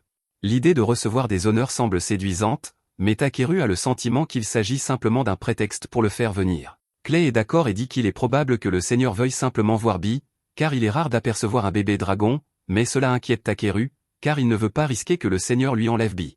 Wade le rassure en lui disant que le seigneur n'est pas ce genre de personne et qu'il n'a de toute façon pas le pouvoir de saisir l'animal de compagnie de quelqu'un. Takeru a toujours des réserves, mais il finit par accepter la rencontre. Lui et Clay montent donc dans la calèche du noble et se dirigent vers le manoir. Pendant le trajet, Takeru remarque que beaucoup de gens semblent les regarder, mais Clay lui explique que c'est normal, car il est rare que quelqu'un soit convoqué au manoir du seigneur. Takeru demande pourquoi, et Clay lui explique que si le seigneur décide de vous soutenir, toute votre carrière d'aventurier s'en trouve améliorée, et que presque tous les aventuriers rêvent d'une telle opportunité. En arrivant au manoir, Takeru est impressionné par la grandeur du bâtiment. À la porte d'entrée, ils sont présentés à Raymond, le majordome en chef du manoir. Il les conduit à l'intérieur du bâtiment et, juste après l'entrée, Takeru découvre une rangée de servantes alignées pour l'accueillir. Il est fasciné par l'organisation parfaite qui règne ici. Alors qu'il se dirige vers l'escalier, un homme passe par là, mais au lieu de saluer les invités, il leur jette un regard de travers et fait comme s'il n'existait pas. Takeru décide de l'ignorer, car ce manque de respect ne le dérange pas vraiment, mais un instant plus tard, une petite fille descend les escaliers en courant et commence à exiger qu'il lui remette Bee, car elle le veut. Takeru lui répond froidement que cela n'arrivera pas, et la fille semble sincèrement choquée que Takeru ne veuille pas lui donner son animal de compagnie. Elle commence à expliquer que les dragons sont des créatures nobles et qu'à ce titre, elle est la seule à mériter d'avoir Bee, mais elle parle comme si elle avait répété un script. Pendant qu'elle parle, Takeru jette un œil à sa fenêtre de statistiques. Il découvre qu'elle s'appelle Thierry et qu'elle est la fille du seigneur, mais elle ne semble pas être une mauvaise personne, alors il s'agenouille et lui demande pourquoi elle pense mériter Bee. Thierry devient un peu nerveuse et explique que Bernard lui a dit que tous les aventuriers sont des voyous et que si on leur dit quoi faire, ils seront obligés d'obéir. Cela explique en grande partie le comportement de Thierry, et il se rend compte que Bernard doit lui remplir la tête de bêtises, mais il n'a aucune idée de qui il s'agit. Pour l'instant, il explique à Thierry que Bee fait partie de sa famille, et qu'il n'y a rien au monde qui pourrait le pousser à abandonner Bee. Après avoir entendu Takeru dire que Bee faisait partie de sa famille, elle comprend enfin que lui demander de lui remettre Bee revient à lui demander d'abandonner sa famille, et elle n'accepterait jamais cela. Takeru lui demande pourquoi elle voulait tant un dragon, et Thierry explique qu'elle voulait le montrer à sa mère, car c'est l'un de ses plus grands souhaits, mais y penser la rend triste. À ce moment-là, un homme s'approche et remarque que Thierry a l'air triste, alors il lui demande ce qui ne va pas. Thierry se tourne vers l'homme et l'appelle « Père », et Takeru comprend alors qu'il doit être le seigneur. Il est sincèrement surpris, car il s'attendait à voir un homme chauve et gros, ou quelque chose du genre. Le seigneur se présente sous le nom de Belminant, et après s'être installé pour prendre le thé avec Takeru et Clay, il s'excuse pour le comportement grossier de sa fille tout à l'heure. Takeru répond que ce n'est pas grave, et Clay demande à Belminant pourquoi il les a convoqués ici. Il explique alors qu'il s'agit de sa femme, Melitoria. Il explique que sa femme est alitée depuis 6 mois et qu'il a récemment entendu des rumeurs selon lesquelles Takeru aurait guéri un homme fragile et malade en une nuit. Il espère donc que Takeru pourra faire quelque chose pour sa femme grâce à son pouvoir. Takeru est conscient que sa magie est suffisamment puissante pour guérir la plupart des maux, mais la dernière fois qu'il l'a utilisée, il a fini par faire évoluer Clay, et il s'inquiète donc de ce qui pourrait arriver s'il l'utilisait sur Melitoria. Belminant poursuit en expliquant que si Thierry voulait le dragon de Takeru, c'est parce que dans quelques jours, elle devra retourner à son école dans la capitale royale, et elle pensait que si elle laissait une adorable créature aux côtés de sa mère, cela lui remonterait peut-être le moral. Elle peut parfois se tromper, mais au fond, c'est une gentille fille, et cette histoire fait pleurer Clay et Bee. Takeru finit donc par accepter de l'aider, mais il craint toujours que cela ne lui cause des problèmes à l'avenir. Belminant est ravi d'apprendre que Takeru est prêt à aider, alors il le conduit dans la chambre de sa femme et lui dit qu'il a amené quelqu'un qui pourrait la guérir. Tout d'abord, Takeru l'examine, et lorsqu'il jette un œil à sa fenêtre d'état, il se rend compte que c'est pire qu'il ne le pensait. Il ne sait pas comment, mais elle souffre d'une longue liste de maladies mortelles. Pour n'en citer que quelques-unes, elle souffre de cataractes sévères, d'anémie, d'une intoxication rénale et hépatique, et ce ne sont que les premières. C'est un miracle qu'elle soit encore en vie, mais il devrait pouvoir guérir la plupart de ses maux. Cependant, il y a ici quelque chose appelé empoisonnement à l'ivore, dont il n'a jamais entendu parler auparavant, et il n'est donc pas sûr que sa magie puisse y remédier. Quoi qu'il en soit, il ne le saura pas tant qu'il n'aura pas essayé, alors il demande à Belminant s'il est prêt à lui confier la vie de sa femme, et lui et Meliteria acceptent de faire confiance à Takeru. Clay lui demande s'il a l'intention d'utiliser la même technique que celle qu'il a utilisée pour le guérir à l'époque, mais Takeru répond qu'il ne peut pas, car cela sollicite beaucoup le corps et, dans l'état actuel de Meliteria, elle ne pourrait en aucun cas le supporter. Il va donc essayer quelque chose de différent, mais il doit d'abord s'occuper de cette pièce sombre et lugubre. Comme toutes les fenêtres sont fermées afin de protéger les yeux sensibles de Meliteria, il va commencer par là. Il pose sa main sur son visage et lance un sort de guérison, mais s'il en utilise trop d'un coup, il pourrait accidentellement lui faire mal, il doit donc être très prudent. Une fois qu'il a terminé, il demande à Meliteria d'ouvrir lentement les yeux, et lorsqu'elle le fait, elle est stupéfaite de réaliser qu'elle peut à nouveau voir. Takeru est heureux de l'apprendre, car cela signifie qu'elle n'a plus besoin que la pièce soit aussi sombre. Il sort donc son bâton et utilise une magie pure pour éliminer toute la poussière et ouvrir les fenêtres afin de laisser entrer la lumière du soleil. Meliteria est ravie de pouvoir profiter du soleil sans que ses yeux ne brûlent, et tout cela grâce à Takeru. Mais même s'il aimerait s'occuper de ses autres maux, il ne peut pas le faire pour l'instant, alors il demande à parler à Belminant en privé pendant un moment. Belminant accepte de l'accompagner, et une fois seul, Takeru l'informe que sa femme souffre d'un empoisonnement à l'ivore et que, d'après ce qu'il sait, elle l'a contracté en ingérant des toxines d'ivore. Belminant s'apprête à dire qu'il est impossible que Meliteria ait été assez imprudente pour manger cette toxine, mais il se rend alors compte que quelqu'un a dû l'empoisonner, et il n'arrive pas à croire qu'il ne s'en soit jamais aperçu. Il demande s'il peut faire quelque chose, mais comme Takeru n'a aucune idée du fonctionnement des toxines ivores, il ne peut pas la guérir. Il demande à Belminant s'il peut se procurer un antidote, mais celui-ci lui répond que c'est impossible. La toxine ivore est un ancien poison interdit qui a été perdu au fil du temps, et de ce fait, la recette de l'antidote a également été perdue, si bien que personne ne sait plus comment le fabriquer. Cependant, Belminant sait où il pourrait trouver des indices. Il sort donc tous les anciens registres de la bibliothèque et explique qu'ils contiennent les notes de tous les anciens seigneurs. Il pourrait donc y trouver des informations sur la toxine ivore, mais il y a un petit problème. Tous les livres sont écrits dans une langue ancienne que personne n'a réussi à déchiffrer depuis des décennies. Cependant, grâce à ses compétences en traduction, Takeru est capable de comprendre l'écriture sans trop de difficultés, mais lire tous ces livres pour trouver des informations sur le poison ivore prendrait une éternité, il aimerait donc pouvoir rechercher des mots-clés ou quelque chose qui faciliterait sa tâche. C'est alors qu'il a l'idée de modifier sa compétence de recherche et de l'utiliser pour identifier le livre qui contient des informations sur le poison ivore. Oui, si la recherche est si flexible, il pourrait probablement l'utiliser pour trouver directement le poison ivore, mais il n'y a pas pensé. Après avoir activé sa recherche, l'un des livres s'illumine. Il le feuillette et finit par trouver une section qui contient des informations sur le poison.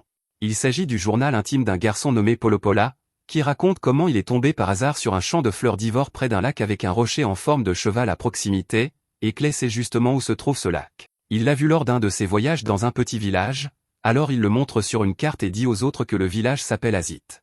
Belmin se rend compte qu'Azit se trouve dans la région de Venown, en dehors du territoire de Luzelvac, et qu'il faudrait au moins 5 jours de voyage pour s'y rendre. Dans ce cas, Takeru dit qu'il partira immédiatement, car il n'y a pas de temps à perdre. Alors que les chevaux sont préparés pour le départ de Takeru, Bernard observe la scène depuis la fenêtre, l'air méprisant.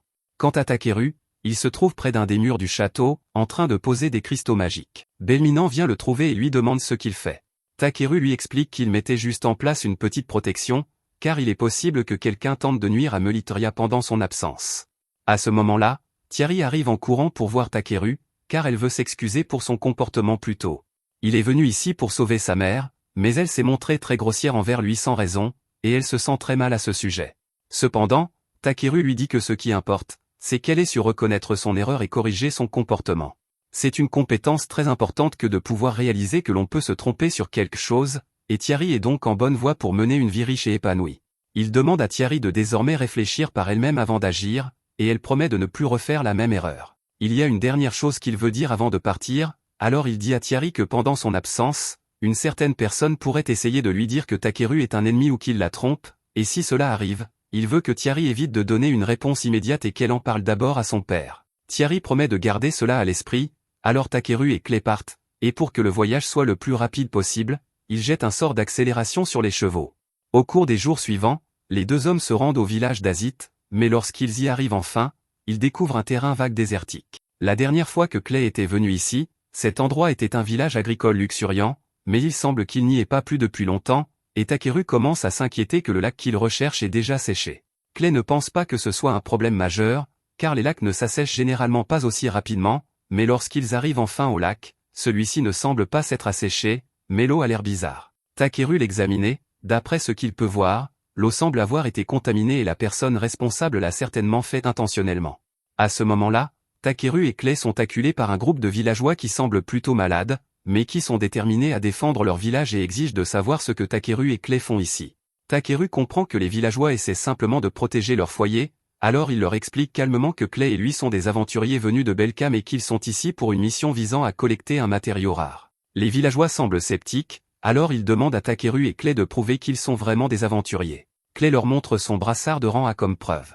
Les villageois réalisent alors qu'ils sont vraiment des aventuriers et lâchent leurs tuyaux, mais alors que Takeru leur demande s'ils ont des informations utiles à lui donner, ils remarquent que l'un d'eux tombe par terre. En allant voir le garçon, il se rend compte qu'il semble beaucoup trop léger pour un enfant en pleine croissance. Il se tourne vers les adultes et leur demande s'ils ont eu assez à manger ces derniers temps, mais la réalité est bien pire qu'ils ne le pensaient. Les villageois expliquent qu'il y a environ 10 mois, l'eau de leur lac a soudainement été contaminée, les rendant impropres à la consommation, et que la même chose s'est produite avec leurs puits, les laissant sans source d'eau pour leur population et leur culture. Cependant, un marchand nommé Angash est soudainement apparu et leur a proposé son aide en échange d'une fleur spéciale qui pousse près du lac. L'emplacement de cette fleur est un secret du village, ils ne pouvaient donc pas lui dire où elle se trouvait, mais ils étaient désespérés et ont fini par conclure un accord avec lui. En échange d'une fleur par mois, Angash leur a proposé de leur donner 60 barils d'eau, mais cette eau n'était pas suffisante pour leur permettre de boire et de cultiver leurs champs en même temps, ils ont donc lentement commencé à mourir de faim depuis des mois. Après tout ce que les villageois ont raconté à Takeru, il est clair pour lui qu'Angash est derrière tout cela, alors il leur dit que cet homme est sans aucun doute malfaisant. Les villageois n'arrivent pas à y croire, car ils pensaient qu'il essayait simplement de les aider, mais Takeru leur fait remarquer que lorsqu'il inspectait le lac plus tôt, il a trouvé des indices suggérant que le lac avait été délibérément contaminé. De plus, il est terriblement commode qu'Angash se soit présenté juste après la contamination du lac, et même si ce n'était qu'une coïncidence, toute personne qui souhaite être payée avec une toxine nocive est suspecte. Le chef du village est mortifié de réaliser qu'Angash les a utilisés depuis le début, et Takeru est furieux de toutes les souffrances que ce marchand a causées.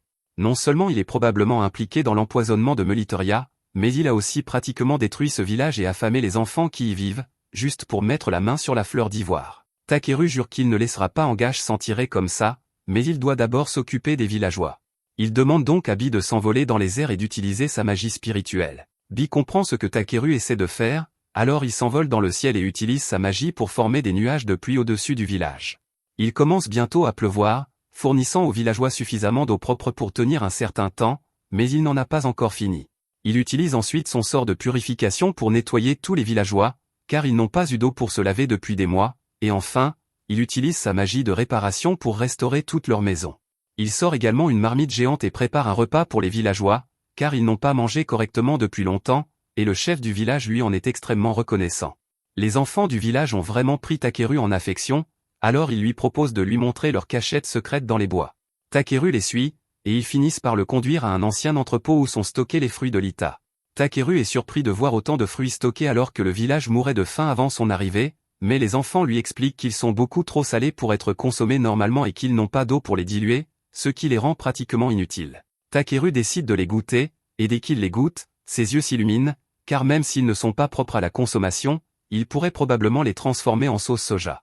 Pendant ce temps, à l'arrière-plan, une alarme se déclenche soudainement, et dès que Thierry l'entend, elle se met à courir, car elle sait ce que cela signifie. Avant de partir, Takeru a installé une barrière autour de la chambre de Meliteria et lui a expliqué qu'une alarme se déclencherait si quelqu'un s'approchait d'elle avec des intentions malveillantes. Cela signifie donc que quelqu'un est en train d'essayer de tuer sa mère. Une fois arrivé dans la chambre de sa mère, Thierry trouve Bernard à la porte et comprend enfin ce qui se passe. Personnellement, je n'attendrai pas d'entendre ce qu'il a à dire, mais Thierry a du mal à croire que Bernard puisse la trahir ainsi, alors elle lui demande s'il essaie vraiment de tuer sa mère. Bernard nie catégoriquement, mais Thierry fait remarquer que la barrière mise en place par Takeru ne se déclenche que si elle détecte une intention malveillante, donc il devait avoir l'intention de faire du mal à Meliteria. Bernard tente de tromper Thierry en lui disant qu'elle ne doit pas croire ce qu'un aventurier ignorant lui raconte, car il essaie juste de leur soutirer autant d'argent que possible, mais Thierry ne se laisse pas avoir. Son père arrive bientôt et comprend immédiatement ce qui se passe, mais comme Bernard insiste sur son innocence, Belminan décide de lui accorder un procès équitable. Bernard se défend en affirmant que Takeru a dû mentir au sujet de la barrière détectant les intentions malveillantes, mais Belminan a du mal à le croire, car Takeru a réussi à améliorer Meliteria si rapidement. Néanmoins, si Bernard insiste sur le fait qu'il n'avait aucune mauvaise intention lorsqu'il s'est approché de la chambre de Meliteria, il peut le prouver immédiatement en buvant l'eau spéciale qu'il avait l'intention de lui donner. Bernard commence à paniquer car il sait que cette eau contient du poison ivore, et l'expression de son visage confirme les soupçons de Belminan. Il jette donc l'eau au visage de Bernard, qui commence à s'affoler car il pense qu'il s'agit de poison. Cependant, Belminan lui dit d'arrêter de réagir de manière excessive, car il a déjà remplacé l'eau empoisonnée par de l'eau normale. Bernard n'a donc rien à craindre, du moins pas du poison, mais il va passer très longtemps derrière les barreaux pour ses crimes. Après avoir emmené Bernard, le personnel fouille sa chambre et finit par y trouver une lettre. Raymond la remet à Belminan, qui est choqué par ce qu'il y lit. La même nuit, Angache se rend au village pour collecter un autre ivore, mais il ne parvient pas à trouver le chef du village. Il demande à l'un des habitants où il se trouve, et celui-ci lui répond que le chef est parti guider les aventuriers qui sont arrivés. Ils ont également découvert que les fleurs d'ivore qu'il lui donnait étaient utilisées pour fabriquer du poison, et qu'il ne pouvait donc plus continuer à lui en vendre. Il se rend compte qu'il ne pourra plus tromper les villageois, alors il décide de brûler tout le village et de prendre immédiatement ce dont il a besoin. Et alors que nous voyons Bernard être transporté à la prison par les gardes, il commence à sourire car il sait que ce n'est pas encore fini. Pendant ce temps, près du lac, Takeru observe les fleurs d'ivoire et apprend qu'elles pousseraient à partir des larmes d'une bête sacrée. Il interroge le chef du village à propos de cette bête sacrée, qui lui explique qu'il y a très longtemps, le seigneur Ofvalpnir était une bête sacrée qui a sauvé leurs ancêtres du démon du lac, et que ces fleurs poussent ici depuis lors. Takeru demande s'il peut vraiment en prendre une si elles ont une telle importance pour le village, mais le chef lui rappelle qu'il a déjà sauvé leur village et qu'il peut donc en prendre autant qu'il le souhaite. Takeru le remercie et se penche pour arracher une des fleurs, mais alors qu'il s'apprête à célébrer la réussite de sa mission, un des villageois arrive en courant pour leur annoncer qu'un terrible événement vient de se produire. Ils se précipitent tous ensemble vers le village et le trouvent complètement en proie aux flammes. Takeru n'a aucune idée de qui est responsable de cela, mais sa première priorité est d'éteindre les incendies. Il demande donc à Bi de faire tomber davantage de pluie pendant que lui et Clay sauvent les villageois des flammes.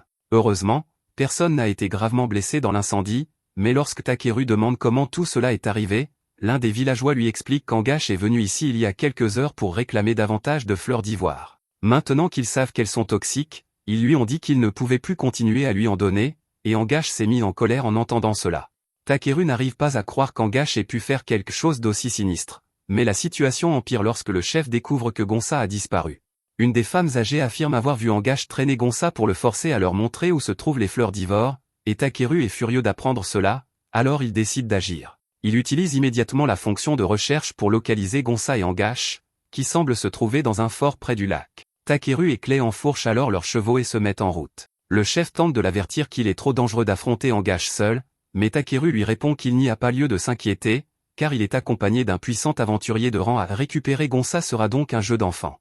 Takeru et Clay finissent par arriver au fort et, après avoir effectué quelques repérages, Clay leur rapporte qu'Angache et ses hommes semblent être en train de faire la fête. Clay n'arrive pas à croire qu'ils osent attaquer des innocents puis faire la fête après coup, et la fureur qu'il ressent le pousse à se transformer, mais Takeru lui dit de se calmer car s'il fonçait comme ça, il mettrait la vie de Gonsa en danger.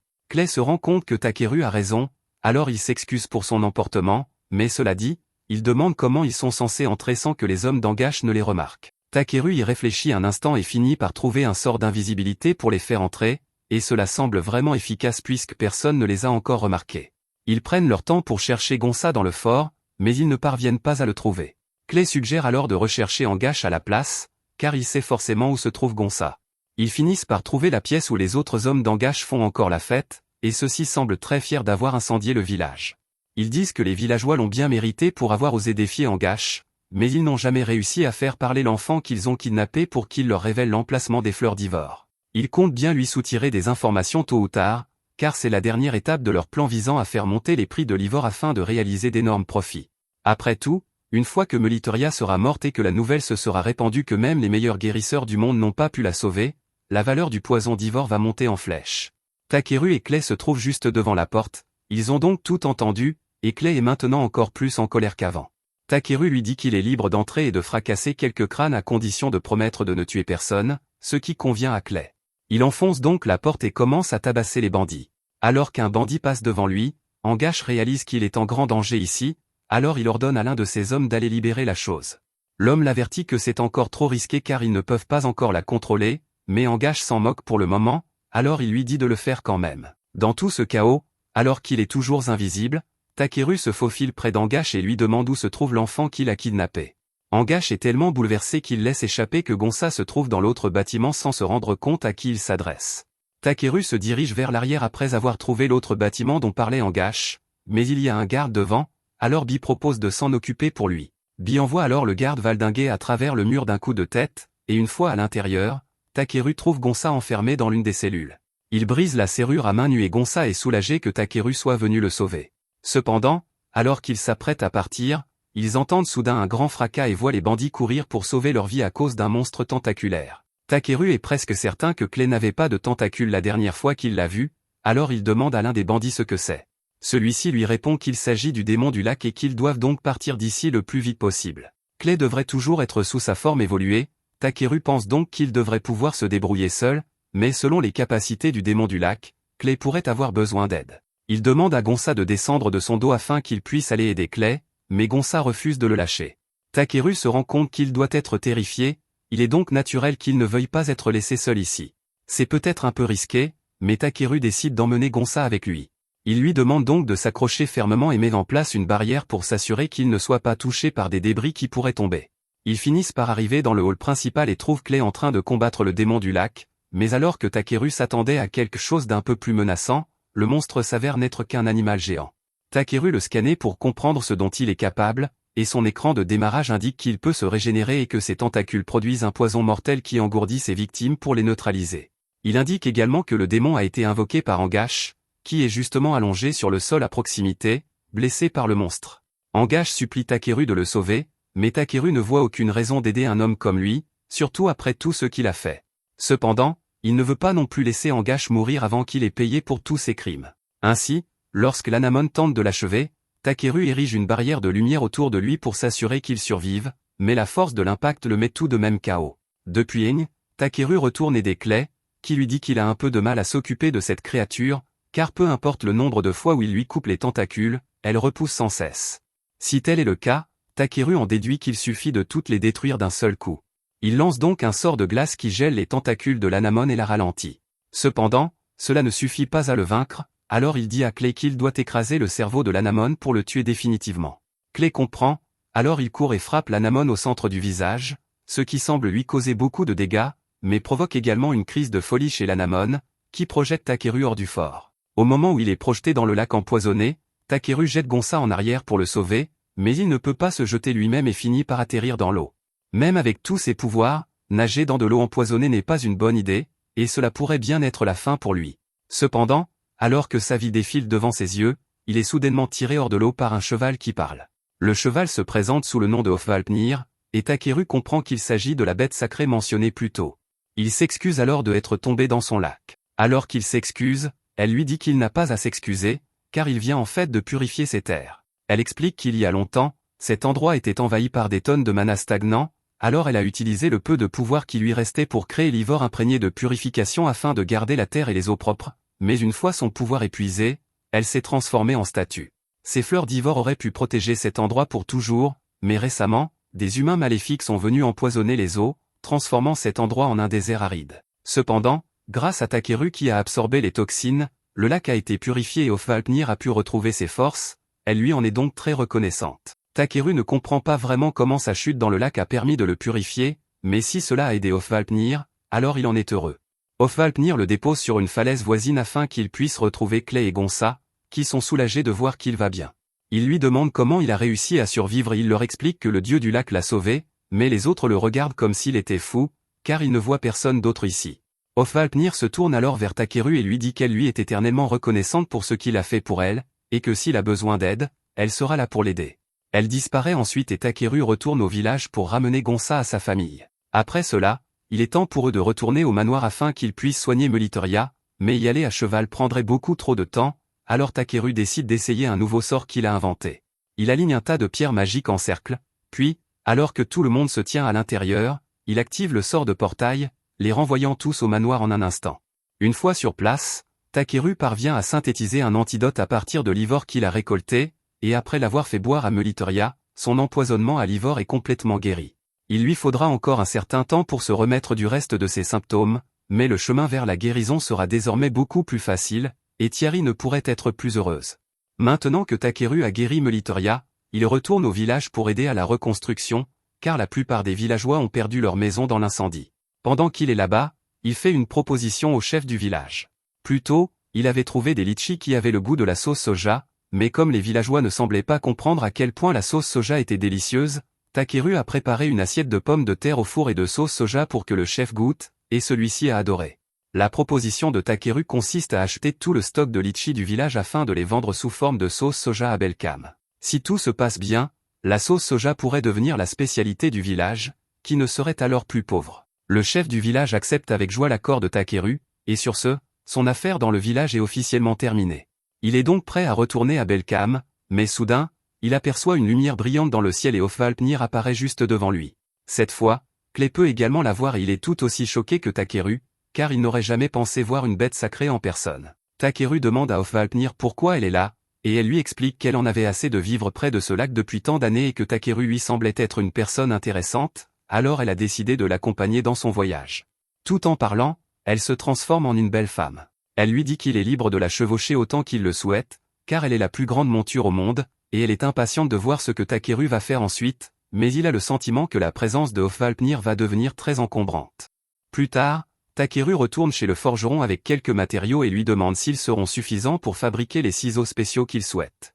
Comme le forgeron lui doit encore une énorme faveur pour tous les hydres qu'il lui a apportés la dernière fois, il jure qu'il lui fabriquera les ciseaux parfaits, ce qui réjouit Takeru. Il quitte ensuite la boutique et, dehors, punit Lathan, ainsi que Grit, de la guilde, qui a apparemment quelque chose à discuter avec Takeru. Ils se rendent tous à la guilde, où Grit informe Takeru qu'un festival avec un concours de collecte va bientôt avoir lieu et qu'il espère que Takeru y participera. Takeru trouve cela plutôt intéressant, mais il n'est pas vraiment attiré par la compétition, alors il demande à Grit pourquoi il est venu spécialement l'informer du concours. C'est alors que Grit révèle qu'il s'agit en fait d'une demande personnelle du seigneur de Belkam, Belminant. Le concours est organisé sous le patronage de Belminant, et cette année, il demande à la guilde de s'assurer que Takeru y participe pour une raison quelconque. Comme c'est Belminant qui souhaite sa participation, Takeru ne peut pas vraiment refuser, alors il accepte à contre-cœur, et quelques jours plus tard, le concours commence. Tous les participants se rassemblent devant un magasin et attendent avec impatience de découvrir l'objet qu'ils devront récolter. On leur annonce que l'objet de cette année sera quelque chose de spécial. En l'honneur du rétablissement miraculeux de la femme de Belminant, ils doivent récolter la laine d'un mouton rare à cette couleur, ce qui attire l'attention de Takeru, car il n'en a jamais entendu parler auparavant. Pour ce concours, il n'y a aucune limite de rang ou de compétence pour participer, et la première personne à mettre la main sur la laine sera déclarée gagnante. De plus, il est interdit de travailler avec d'autres personnes pendant la durée du concours, car il s'agit d'un test de vos compétences individuelles en tant que collecteur de ressources. Si vous avez besoin d'un moyen de transport pour vous déplacer, vous devez soit louer un cheval, soit monter dans une calèche partagée. Pony est déçu d'apprendre cela, car cela signifie que Takeru n'aura pas le droit de la monter. Le travail en équipe n'étant pas autorisé, Clay demande à Takeru ce qu'il compte faire, car il pourrait probablement accomplir cette tâche en 30 minutes environ grâce au sort de portail qu'il a créé, mais Takeru estime que ce ne serait pas équitable pour les autres participants. Le tournoi est sur le point de commencer, alors Takeru demande à Bi d'attendre ici avec les autres, et dès que la corne étoilée retentit, il part en courant. Il se rend d'abord à la bibliothèque pour découvrir où vivent les moutons arc-en-ciel, et une fois qu'il apprend qu'ils se trouvent dans les montagnes Toko, il s'y rend immédiatement. Il ne lui faut pas longtemps pour arriver au pied de la montagne, mais les moutons vivent apparemment au sommet, il lui reste donc encore un long chemin à parcourir. C'est la première fois depuis longtemps qu'il est seul, et il ne s'était jamais vraiment rendu compte à quel point il se sentait seul quand Bi n'était pas là. Alors qu'il gravit la montagne, il finit par trouver un troupeau de moutons qui paissent au même endroit, mais d'après son scan, ils sont très difficiles à capturer car ils sont très rapides. Il se demande donc quelle est la meilleure façon d'en capturer un. Cependant, il se souvient alors que tout ce qu'il recherche, c'est leur laine, et qu'il n'a donc pas besoin de les capturer. Il fait beaucoup de bruit pour attirer l'attention de tous les moutons, puis leur demande s'ils accepteraient de lui prêter un peu de leur laine. Les moutons ne semblent pas s'en formaliser, alors ils se rassemblent tous autour de lui et attendent patiemment qu'il prélève un peu de laine sur chacun d'entre eux. Peu de temps après, il a récolté toute la laine dont il a besoin et est prêt à rentrer chez lui. Il est un peu surpris que cela ait été si facile, mais au moins, il peut rentrer plus tôt maintenant. Une fois de retour en ville, Bi est ravi de revoir Takeru, et après lui avoir présenté la laine qu'il a récoltée, Takeru est déclaré vainqueur du concours de récolte, même si je ne qualifierais pas cela de véritable concours, vu la facilité avec laquelle Takeru a gagné. Plus tard dans la journée, Takeru est convoqué à une réunion avec le maître de la guilde afin de discuter de l'idée de lui attribuer le titre de rang FB. Takeru n'a jamais entendu parler d'une telle chose auparavant, il demande donc au maître de la guilde ce que cela signifie. Ce dernier lui explique que cela lui permettra essentiellement d'accepter des missions allant du rang B au rang F sans avoir à appliquer les frais de base pour les aventuriers de rang B et Takeru est ravi d'apprendre cela, car cela signifie qu'il peut monter en grade tout en continuant à servir ses clients au même prix avantageux que d'habitude, mais le maître de la guilde l'avertit que s'il finit par obtenir des résultats qui dépassent largement les exigences de la demande standard, sa rémunération sera augmentée en conséquence.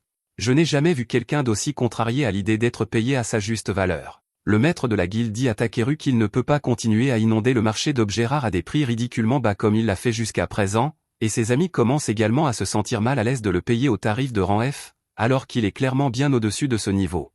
Depuis son arrivée dans ce monde, Takeru s'est efforcé d'éviter de causer des problèmes ou de trop se faire remarquer, mais il ne savait pas que les gens autour de lui avaient une si haute opinion de lui. Clay lui dit de ne pas trop y penser, et Puni ne comprend pas pourquoi Takeru tient tant à se présenter comme une personne ordinaire alors qu'il possède toutes sortes de pouvoirs et de bénédictions divines dans sa poche. Quand elle présente les choses ainsi, il semble en effet inutile de prétendre qu'il n'est pas surpuissant, alors il accepte la promotion, et le maître de la guilde lui remet un brassard, ce qui signifie qu'il est désormais officiellement classé FB. À ce moment-là, Ariana fait irruption dans la pièce avec une terrible nouvelle. Apparemment, un ver géant a été aperçu dans la forêt et semble se diriger droit vers la ville, donc quelqu'un doit aller l'arrêter. D'après ce qu'il en dit, les aventuriers ordinaires ne seront pas en mesure de gérer une telle situation, alors il demande à Takeru et à son groupe de s'en occuper, et ils acceptent tous de l'aider. Ils se rendent à la lisière de la forêt pour affronter le ver, mais celui-ci s'avère être bien plus gros qu'il ne le pensait.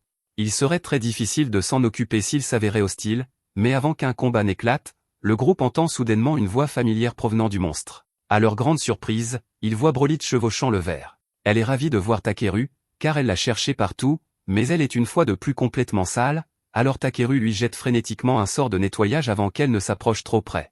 Maintenant que cela est réglé, Takeru demande à Brolit ce qu'elle fait ici avec cet énorme monstre. Brolit lui répond qu'elle voulait simplement lui rendre l'appareil, et elle se souvient que Takeru avait mentionné qu'il aimerait avoir un cheval pour se déplacer, c'est pourquoi elle a amené Kerasus avec elle. Takeru apprécie ce geste gentil, mais il ne veut absolument rien avoir à faire avec cette chose dégoûtante, alors il lui jette instinctivement un sort de nettoyage, et une fois qu'elle a disparu, il dit à Brolit qu'il n'a pas besoin d'un ver. Après tout, il a Puni avec lui, et c'est le meilleur cheval qui soit. Brolit est un peu perplexe lorsque Puni se présente comme un cheval, mais Takeru lui répond que c'est une longue histoire et qu'il lui racontera tout à leur retour en ville.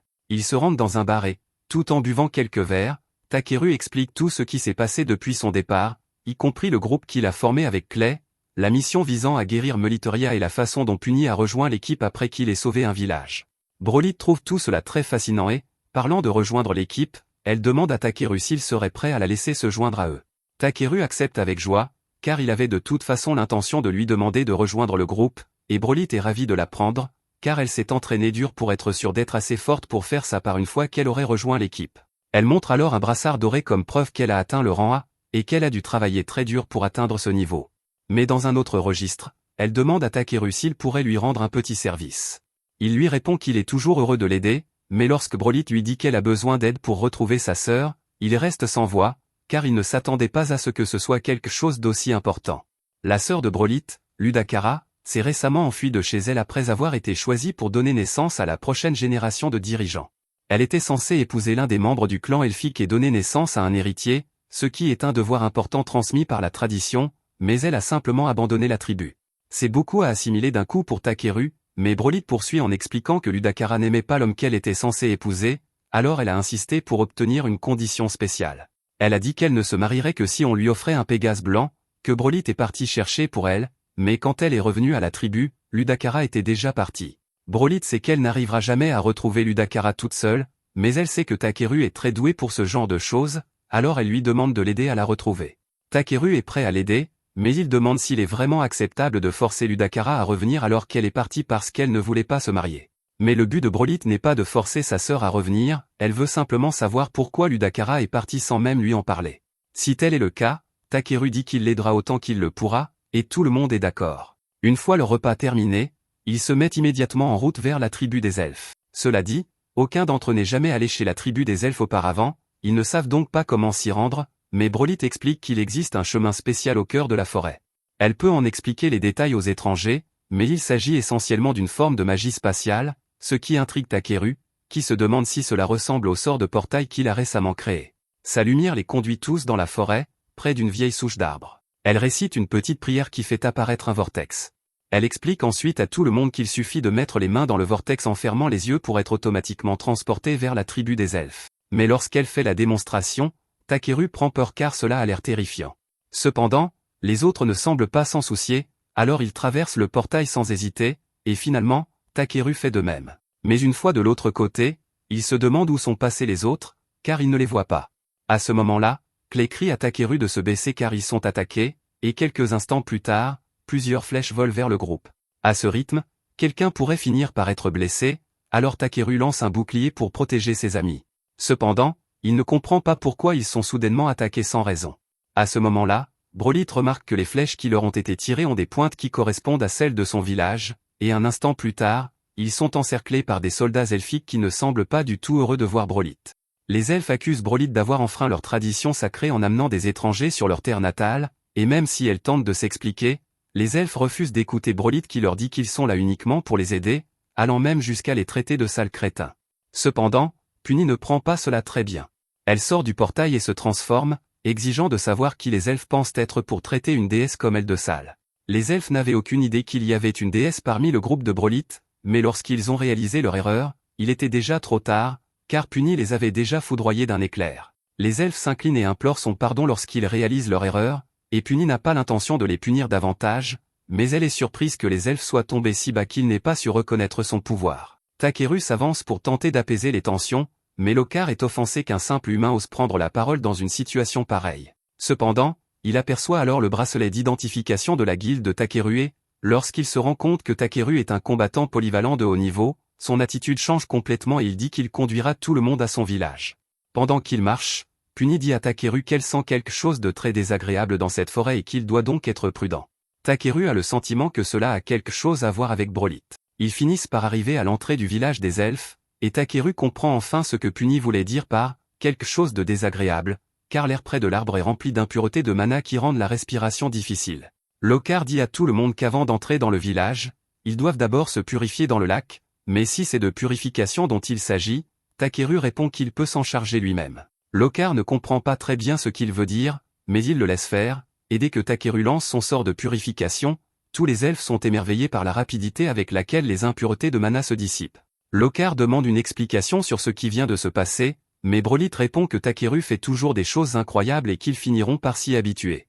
Il commence à grimper à l'arbre et, pendant qu'il monte, Broly explique que le grand arbre Gowen est le symbole de tous les elfes et que, généralement, à part les personnes qui reçoivent une autorisation spéciale pour y monter, seuls les hauts elfes sont autorisés à grimper jusqu'au sommet. Il trouve tout cela très intriguant, mais Clay se rend compte que si Broly est autorisée à grimper la tour avec eux, cela signifie qu'elle est elle aussi une haute elfe. Broly admet que Clay a raison et s'excuse de leur avoir caché cela, mais Takeru ne comprend pas vraiment pourquoi le fait d'être une haute elfe est si important.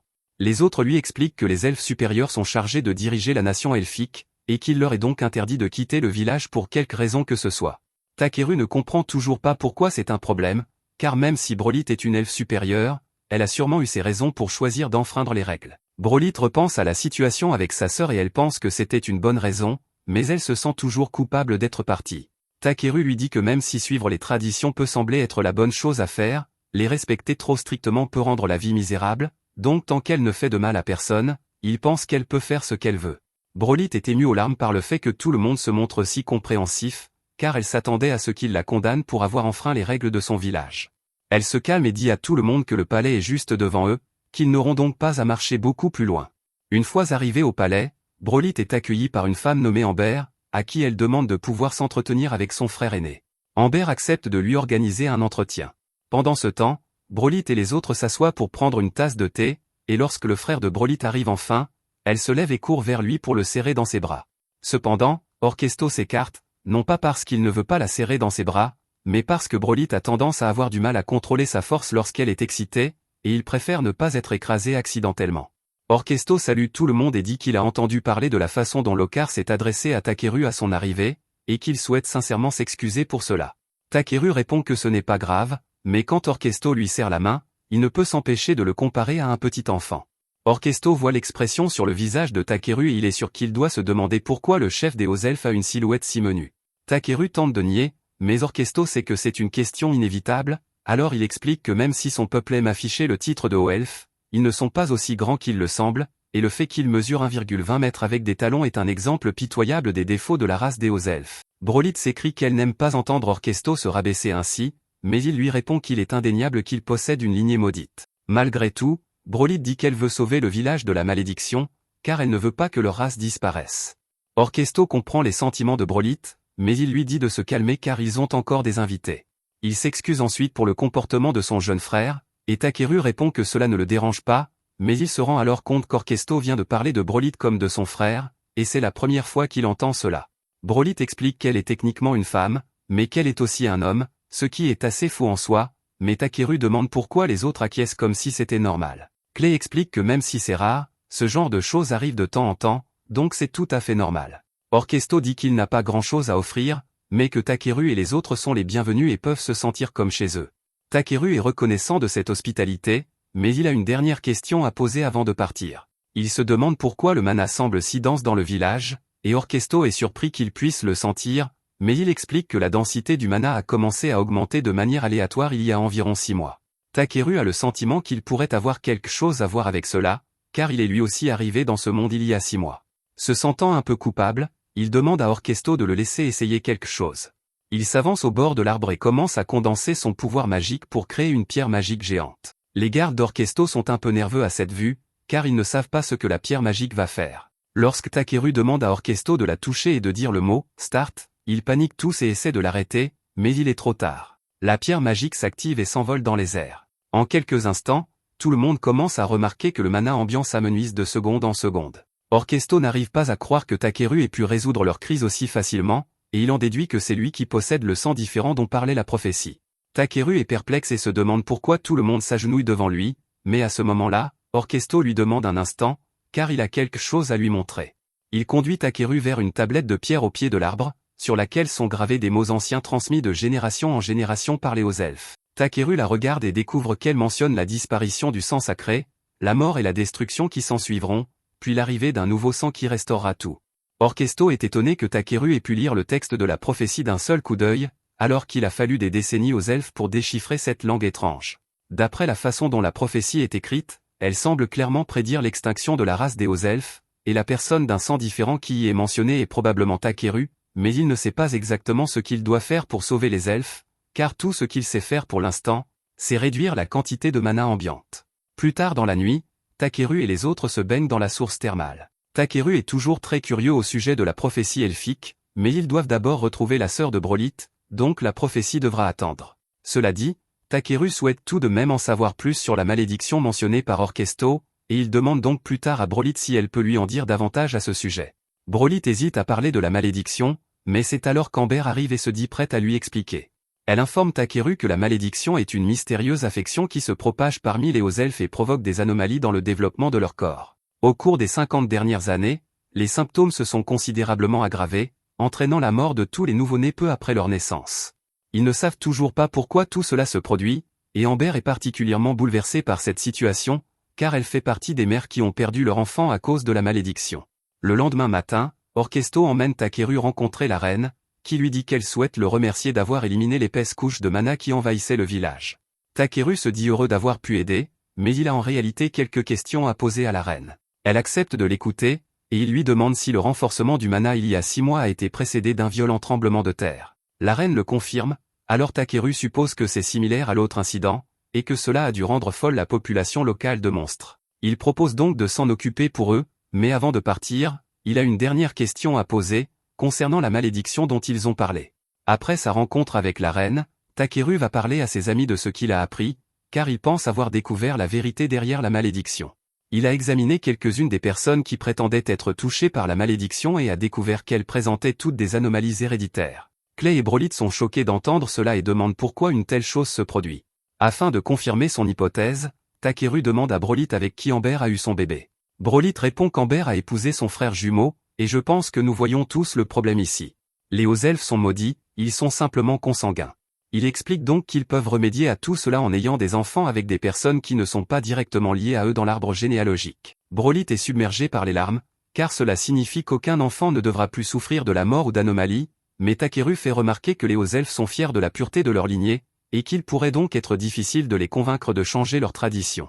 Broly assure à Takeru qu'elle peut convaincre la reine et Orchesto d'adopter ce changement, mais même avec le soutien de la reine, il ne sera pas facile de faire accepter ce changement du jour au lendemain au reste des hauts elfes. À ce moment-là, il a une idée, comme Puny est une déesse très respectée, il lui demande de donner un ordre divin pour que les hauts elfes l'écoutent. Cependant, Puny répond qu'elle ne veut pas le faire, car elle se moque éperdument que les elfes disparaissent, après tout, elle n'est pas la déesse des elfes, elle n'a donc aucune autorité ici.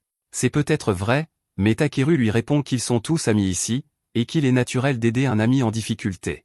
Puny ne voudrait normalement pas s'impliquer, mais comme Takeru insiste tant, elle accepte d'aider et dit à tout le monde que le seul moyen d'obtenir l'accord de tous les elfes est que leur dieu émette l'ordre, ils doivent donc aller trouver la Blogna, mais comme elle va agir au nom de Takeru, elle lui dit qu'il ferait mieux d'être prêt à lui offrir une compensation adéquate. Au début, il craint un peu qu'elle ne demande quelque chose d'excessif, mais à son grand soulagement, tout ce que Puny veut, c'est un repas composé de pommes de terre au beurre. Puny et Bi partent à la recherche de Liblania, mais même après avoir survolé la forêt pendant 1 heure, ils ne trouvent aucune trace d'elle. Broly commence à s'inquiéter que Liblania se cache peut-être d'eux, ce qui est tout à fait possible, mais Takeru suggère qu'il devrait essayer de recueillir plus d'informations avant de tirer des conclusions, alors il lui demande s'il y a une guilde d'aventuriers à proximité. Broly confirme et lui dit que la guilde des aventuriers de Dano est toute proche, et qu'il s'agit de l'une des guildes les plus réputées du continent, ce qui devrait donc être parfait. Ils arrivent rapidement à l'entrée de la guilde de Dano, et Clay explique que cette guilde possède le rang moyen d'aventurier le plus élevé qui soit, mais qu'elle a très peu de contact avec le monde extérieur, ce qui la rend presque fantomatique. Ils entrent à l'intérieur et sont accueillis par une elfe aux cheveux roses nommée Sarah. Elle est la maîtresse de guilde et a entendu parler de Takeru et de son groupe, elle est donc heureuse de les rencontrer enfin. Mais elle semble particulièrement excitée de voir Broly, et Takeru comprend qu'il se passe quelque chose, mais préfère ne pas en parler. Il va voir ce que fait Clay, qui lui dit qu'il voulait juste consulter le tableau d'affichage pour voir s'il y avait des quêtes à mener sur les récents événements étranges, mais tout ici ressemble à des missions de collecte normales. Il est toutefois un peu surpris par les champignons à oreilles de chat, car il n'en a jamais entendu parler auparavant. Sarah dit que ces champignons sont délicieux lorsqu'ils sont consommés crus, mais qu'en raison de la forte concentration de particules de mana dans la région, personne n'a plus été en mesure de les cueillir. Clay pense qu'il serait judicieux d'enquêter, alors Broly propose de les guider, car elle s'est déjà rendue à plusieurs reprises dans le creux où poussent ces champignons. Sarah lui en est reconnaissante et demande à Takeru et aux autres s'ils sont sûrs de pouvoir voyager avec si peu d'équipement, car il faut 3 jours pour atteindre le creux de Kedo depuis cet endroit, mais ils répondent que cela ne posera pas de problème, car ils ont leurs propres moyens de transport. Peu après, le groupe se dirige vers le creux à dos de Puny, et Broly informe tout le monde que le creux se trouve à l'est de cet endroit, et qu'il devrait donc arriver d'une minute à l'autre. Peu après, Takeru aperçoit un grand lac à l'horizon, qui doit être le Hollow, mais Puny l'avertit que la densité de mana dans l'air augmente à mesure qu'il s'en approche. Il ne peut pas risquer que les autres souffrent des effets secondaires de l'exposition au mana, alors il leur donne des potions qu'il a préparées pour ce genre de situation. Ils arrivent bientôt à l'entrée du Hollow, et Broly est choqué de trouver un groupe de monstres évanouis sur le sol. Cela l'inquiète beaucoup, alors elle se précipite pour aller voir, mais après quelques pas, elle commence soudainement à s'étouffer et tombe à genoux. Clay se précipite pour voir si elle va bien, mais la même chose lui arrive, et Takeru se rend compte que cela doit être dû à la densité des particules de mana. Il lance immédiatement le sort, Clean, pour purifier la zone. Grâce à sa réactivité, Clay et Broly peuvent à nouveau respirer, mais Puny prévient Takeru que le mana dense ne tardera pas à revenir. Il demande donc à Clay et Broly d'activer rapidement les objets magiques qu'il leur a donnés plus tôt.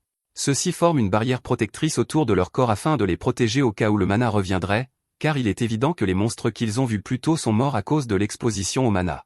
Takeru est résistant, il ne devrait donc pas avoir de problème, mais avec une mana aussi dense, même Puni serait affecté. Il lui demande donc d'attendre un instant afin qu'il puisse créer un autre objet magique pour elle. Cependant, Puni répond que ce ne sera pas nécessaire, car elle rétrécit soudainement jusqu'à atteindre la taille d'une poupée et explique à Takeru que sous cette forme, elle est suffisamment petite pour tenir dans le périmètre de la barrière. Elle ajoute que si elle reste sur l'épaule de quelqu'un pendant tout ce temps, elle ne devrait pas avoir de problème. Le groupe se dirige vers le creux peu après, mais dans l'obscurité, il trouve une étrange créature ressemblant à un cafard. Brolit est perplexe car elle n'a jamais rien vu de tel et se demande comment cette créature peut survivre dans le champ de mana dense qui règne ici, mais alors qu'elle s'en approche, celle-ci lui crache soudainement de l'acide, et elle bondit en arrière pour éviter d'être touchée. Les cafards ici sont très certainement dangereux, et il semble y en avoir beaucoup, mais bien que l'équipe soit assez forte pour s'occuper de la plupart d'entre eux, d'autres continuent d'arriver, alors Clay suggère une retraite immédiate car ils sont trop nombreux pour être combattus pour le moment. Takeru pourrait probablement éliminer tous les cafards d'un seul coup, mais il craint de toucher ses amis également, alors il demande à Brolit s'il y a des ouvertures à proximité. Elle lui répond qu'il y en a une plus loin, alors Takeru dit à tout le monde de s'y rendre, et il s'y précipite immédiatement. Une fois arrivé à l'ouverture, Takeru demande à tout le monde de se rassembler autour de lui, et maintenant qu'ils sont tous en sécurité, il active sa barrière et l'étend pour remplir toute la pièce, écrasant les cafards au passage. Maintenant que le problème est réglé, ils s'assoient tous pour prendre un repas chaud dans la grotte, même si je ne peux pas dire que ce soit une bonne idée, car cet endroit doit probablement sentir les cafards. Brolit est néanmoins contente de pouvoir prendre un repas chaud même dans un endroit comme celui-ci, et tout cela grâce à Takeru, mais il leur dit qu'il n'y a pas lieu de le remercier, car ce n'est pas grand-chose. Takeru demande à Brolit combien de chemin il leur reste à parcourir, et elle lui explique qu'ils sont actuellement à mi-chemin du point le plus profond de la cavité. Clay demande si c'est là que se trouve l'hôtel dédié à Liblania, mais elle répond que ce n'est pas tout à fait le cas. La conception de l'hôtel est un peu différente de celle des hôtels dédiés à Liblania, et personne dans le village ne sait vraiment à quoi il sert, alors tout le monde l'ignore. Comme même les elfes ne savent pas à quoi il sert, Takeru se rend compte qu'il doit y avoir quelque chose, et si l'hôtel n'est pas utilisé pour vénérer Liblania, il est possible qu'il soit là pour garder quelque chose scellé. Après avoir terminé leur déjeuner, ils continuent à s'enfoncer dans la grotte, mais Takeru et Clay trouvent étrange que tout soit si calme ici. Plus tôt, la grotte était remplie de cafards, mais maintenant, ils n'en ont pas vu un seul dans cette zone, ce qui commence à inquiéter Clay. Ils finissent par arriver à la partie la plus profonde de l'hôtel, où ils trouvent un hôtel géant entouré de plusieurs champignons en forme d'oreilles de chat. Clay est émerveillé, car il n'a jamais vu de champignons aussi gros, et Takeru imagine déjà tous les délicieux plats qu'il pourrait préparer avec. Il remarque également que le mur derrière l'hôtel semble s'être effondré récemment, et il suppose que cela a dû être causé par le tremblement de terre qu'il a provoqué lorsqu'il a fait éclore Bee. À ce moment-là, il n'avait même pas envisagé que les effets pourraient être aussi étendus, et il n'avait aucun moyen de savoir que tout cela allait se produire. À ce moment-là, Takeru sent un énorme amas de particules de mana s'approcher, et il comprend que c'est mauvais signe, mais il n'a aucune idée d'où vient cette présence. Ils se mettent tous en formation défensive pour se préparer à une éventuelle attaque, mais soudain, une goutte d'acide tombe sur l'épaule de Brolit, et ils réalisent tous qu'il y a quelque chose au-dessus d'eux. Takeru lance un sort de lumière pour éclairer la zone, et une fois qu'ils peuvent voir clairement, ils aperçoivent tous la limace géante suspendue au plafond de la grotte. La limace descend, et lorsque Takeru l'a scannée, il est choqué de découvrir qu'elle est de rang S et recouverte de la tête aux pieds d'un poison qui serait dangereux même avec toute sa résistance au poison. Après avoir transmis l'information aux autres, ils sont tous sous le choc, car ils ont déjà entendu parler de cette limace. Clay explique que dans le passé, il existait un royaume nommé Nialf, qui a été complètement détruit par une limace de rang S qui maniait un poison mortel. Brolit pense qu'ils ne peuvent pas vaincre cette créature seule, elle suggère donc de s'enfuir, mais Takeru, quant à lui, n'a aucune intention de fuir, non pas parce qu'il tient particulièrement à tuer la limace, mais plutôt parce qu'il ne veut pas laisser derrière lui tous ces délicieux champignons. De plus, ils ne trouveront jamais d'indice sur l'endroit où se trouve Liblania s'ils se laissent effrayer par une limace, alors il a l'intention de tuer cette créature ici et maintenant. Brolit lui demande comment il compte s'y prendre, alors Takeru explique que son scan a révélé que la limace est vulnérable au feu, et que Bee est spécialisé dans les attaques de feu. En plus de cela, ils peuvent également compter sur la force de Clay et l'aide divine de Pain. Si quelqu'un peut vaincre cette limace, c'est bien leur groupe. Brolit se rend compte que Takeru a raison, elle accepte donc de faire de son mieux pour les aider, et ils se mettent tous en position de combat. Avant que le combat ne commence, Takeru jette un bouclier à plusieurs couches sur tout le monde, accompagné de plusieurs bonus de vitesse et de force. Bee commence l'assaut en bombardant la limace de flammes intenses, mais celle-ci riposte rapidement avec sa bave, forçant Bee à battre en retraite. Alors qu'elle se concentre pour essayer de faire tomber Bee du ciel, Clay tente de s'approcher furtivement, mais la limace le repère et utilise sa bave pour l'attacher. Au début, il semblait qu'il était en difficulté, alors Takeru se précipita pour l'aider, mais Clay affirma que rien de tel ne pourrait l'arrêter. Il se libéra de ses liens et prépara son arme pour abattre la limace, mais même après avoir coupé plusieurs de ses tentacules, celle-ci était capable de se régénérer immédiatement. Bee tente de lui lancer une autre boule de feu, mais cette fois, la limace la voit arriver et la fait tomber en plein vol. Ni Clay ni Bee ne parviennent à endommager le corps principal de la limace, mais Takeru ne comprend pas comment elle peut les suivre tous les deux en même temps alors qu'elle n'a même pas d'yeux. C'est alors qu'il comprend que ce sont les antennes sur sa tête qui lui permettent de les localiser. Il demande à Brolyt de les couper, et sans hésiter, elle charge immédiatement la limace. Celle-ci la voit arriver et tente de l'attaquer, mais Takeru fait exploser les tentacules avec une attaque de flamme, laissant à Brolyt le temps de se placer au-dessus d'elle et de lui couper les antennes. Désormais, la limace n'a plus aucun moyen de se repérer dans son environnement, et le groupe coordonne immédiatement ses attaques pour profiter de cette ouverture. Bee lui lance une boule de feu à pleine puissance, mais bien qu'elle ait causé d'importants dégâts à la limace, celle-ci est toujours en vie, et ils doivent donc trouver un autre moyen de l'achever. Takeru a alors l'idée de drainer toute l'humidité du corps de la limace, et pour ce faire, il va utiliser le pot de sel qu'il transporte avec lui. Il déteste l'idée de gaspiller un bon assaisonnement, mais il n'a pas d'autre choix, alors il forme plusieurs boules de sel et les lance sur la limace. Le sel brûle instantanément la peau de la limace, qui tente de s'enfuir, mais avant qu'elle ne puisse s'échapper, Clay parvient à lui porter un coup fatal qui l'achève définitivement. Takeru est soulagé qu'ils aient réussi à éliminer cette créature, mais à ce moment-là, il lève les yeux vers le plafond et se rend compte que la limace a pondu des milliers d'œufs. Si ces œufs éclosaient, ce serait une catastrophe. Takeru doit donc les détruire le plus rapidement possible. D'après son analyse, les œufs sont sensibles à la lumière du soleil. Il demande donc à tout le monde de se couvrir les yeux pendant un instant, car il veut essayer quelque chose. Ils font tout ce qu'il dit, puis Takeru crée un mini-soleil dans la grotte, qui cuit complètement tous les œufs de limace.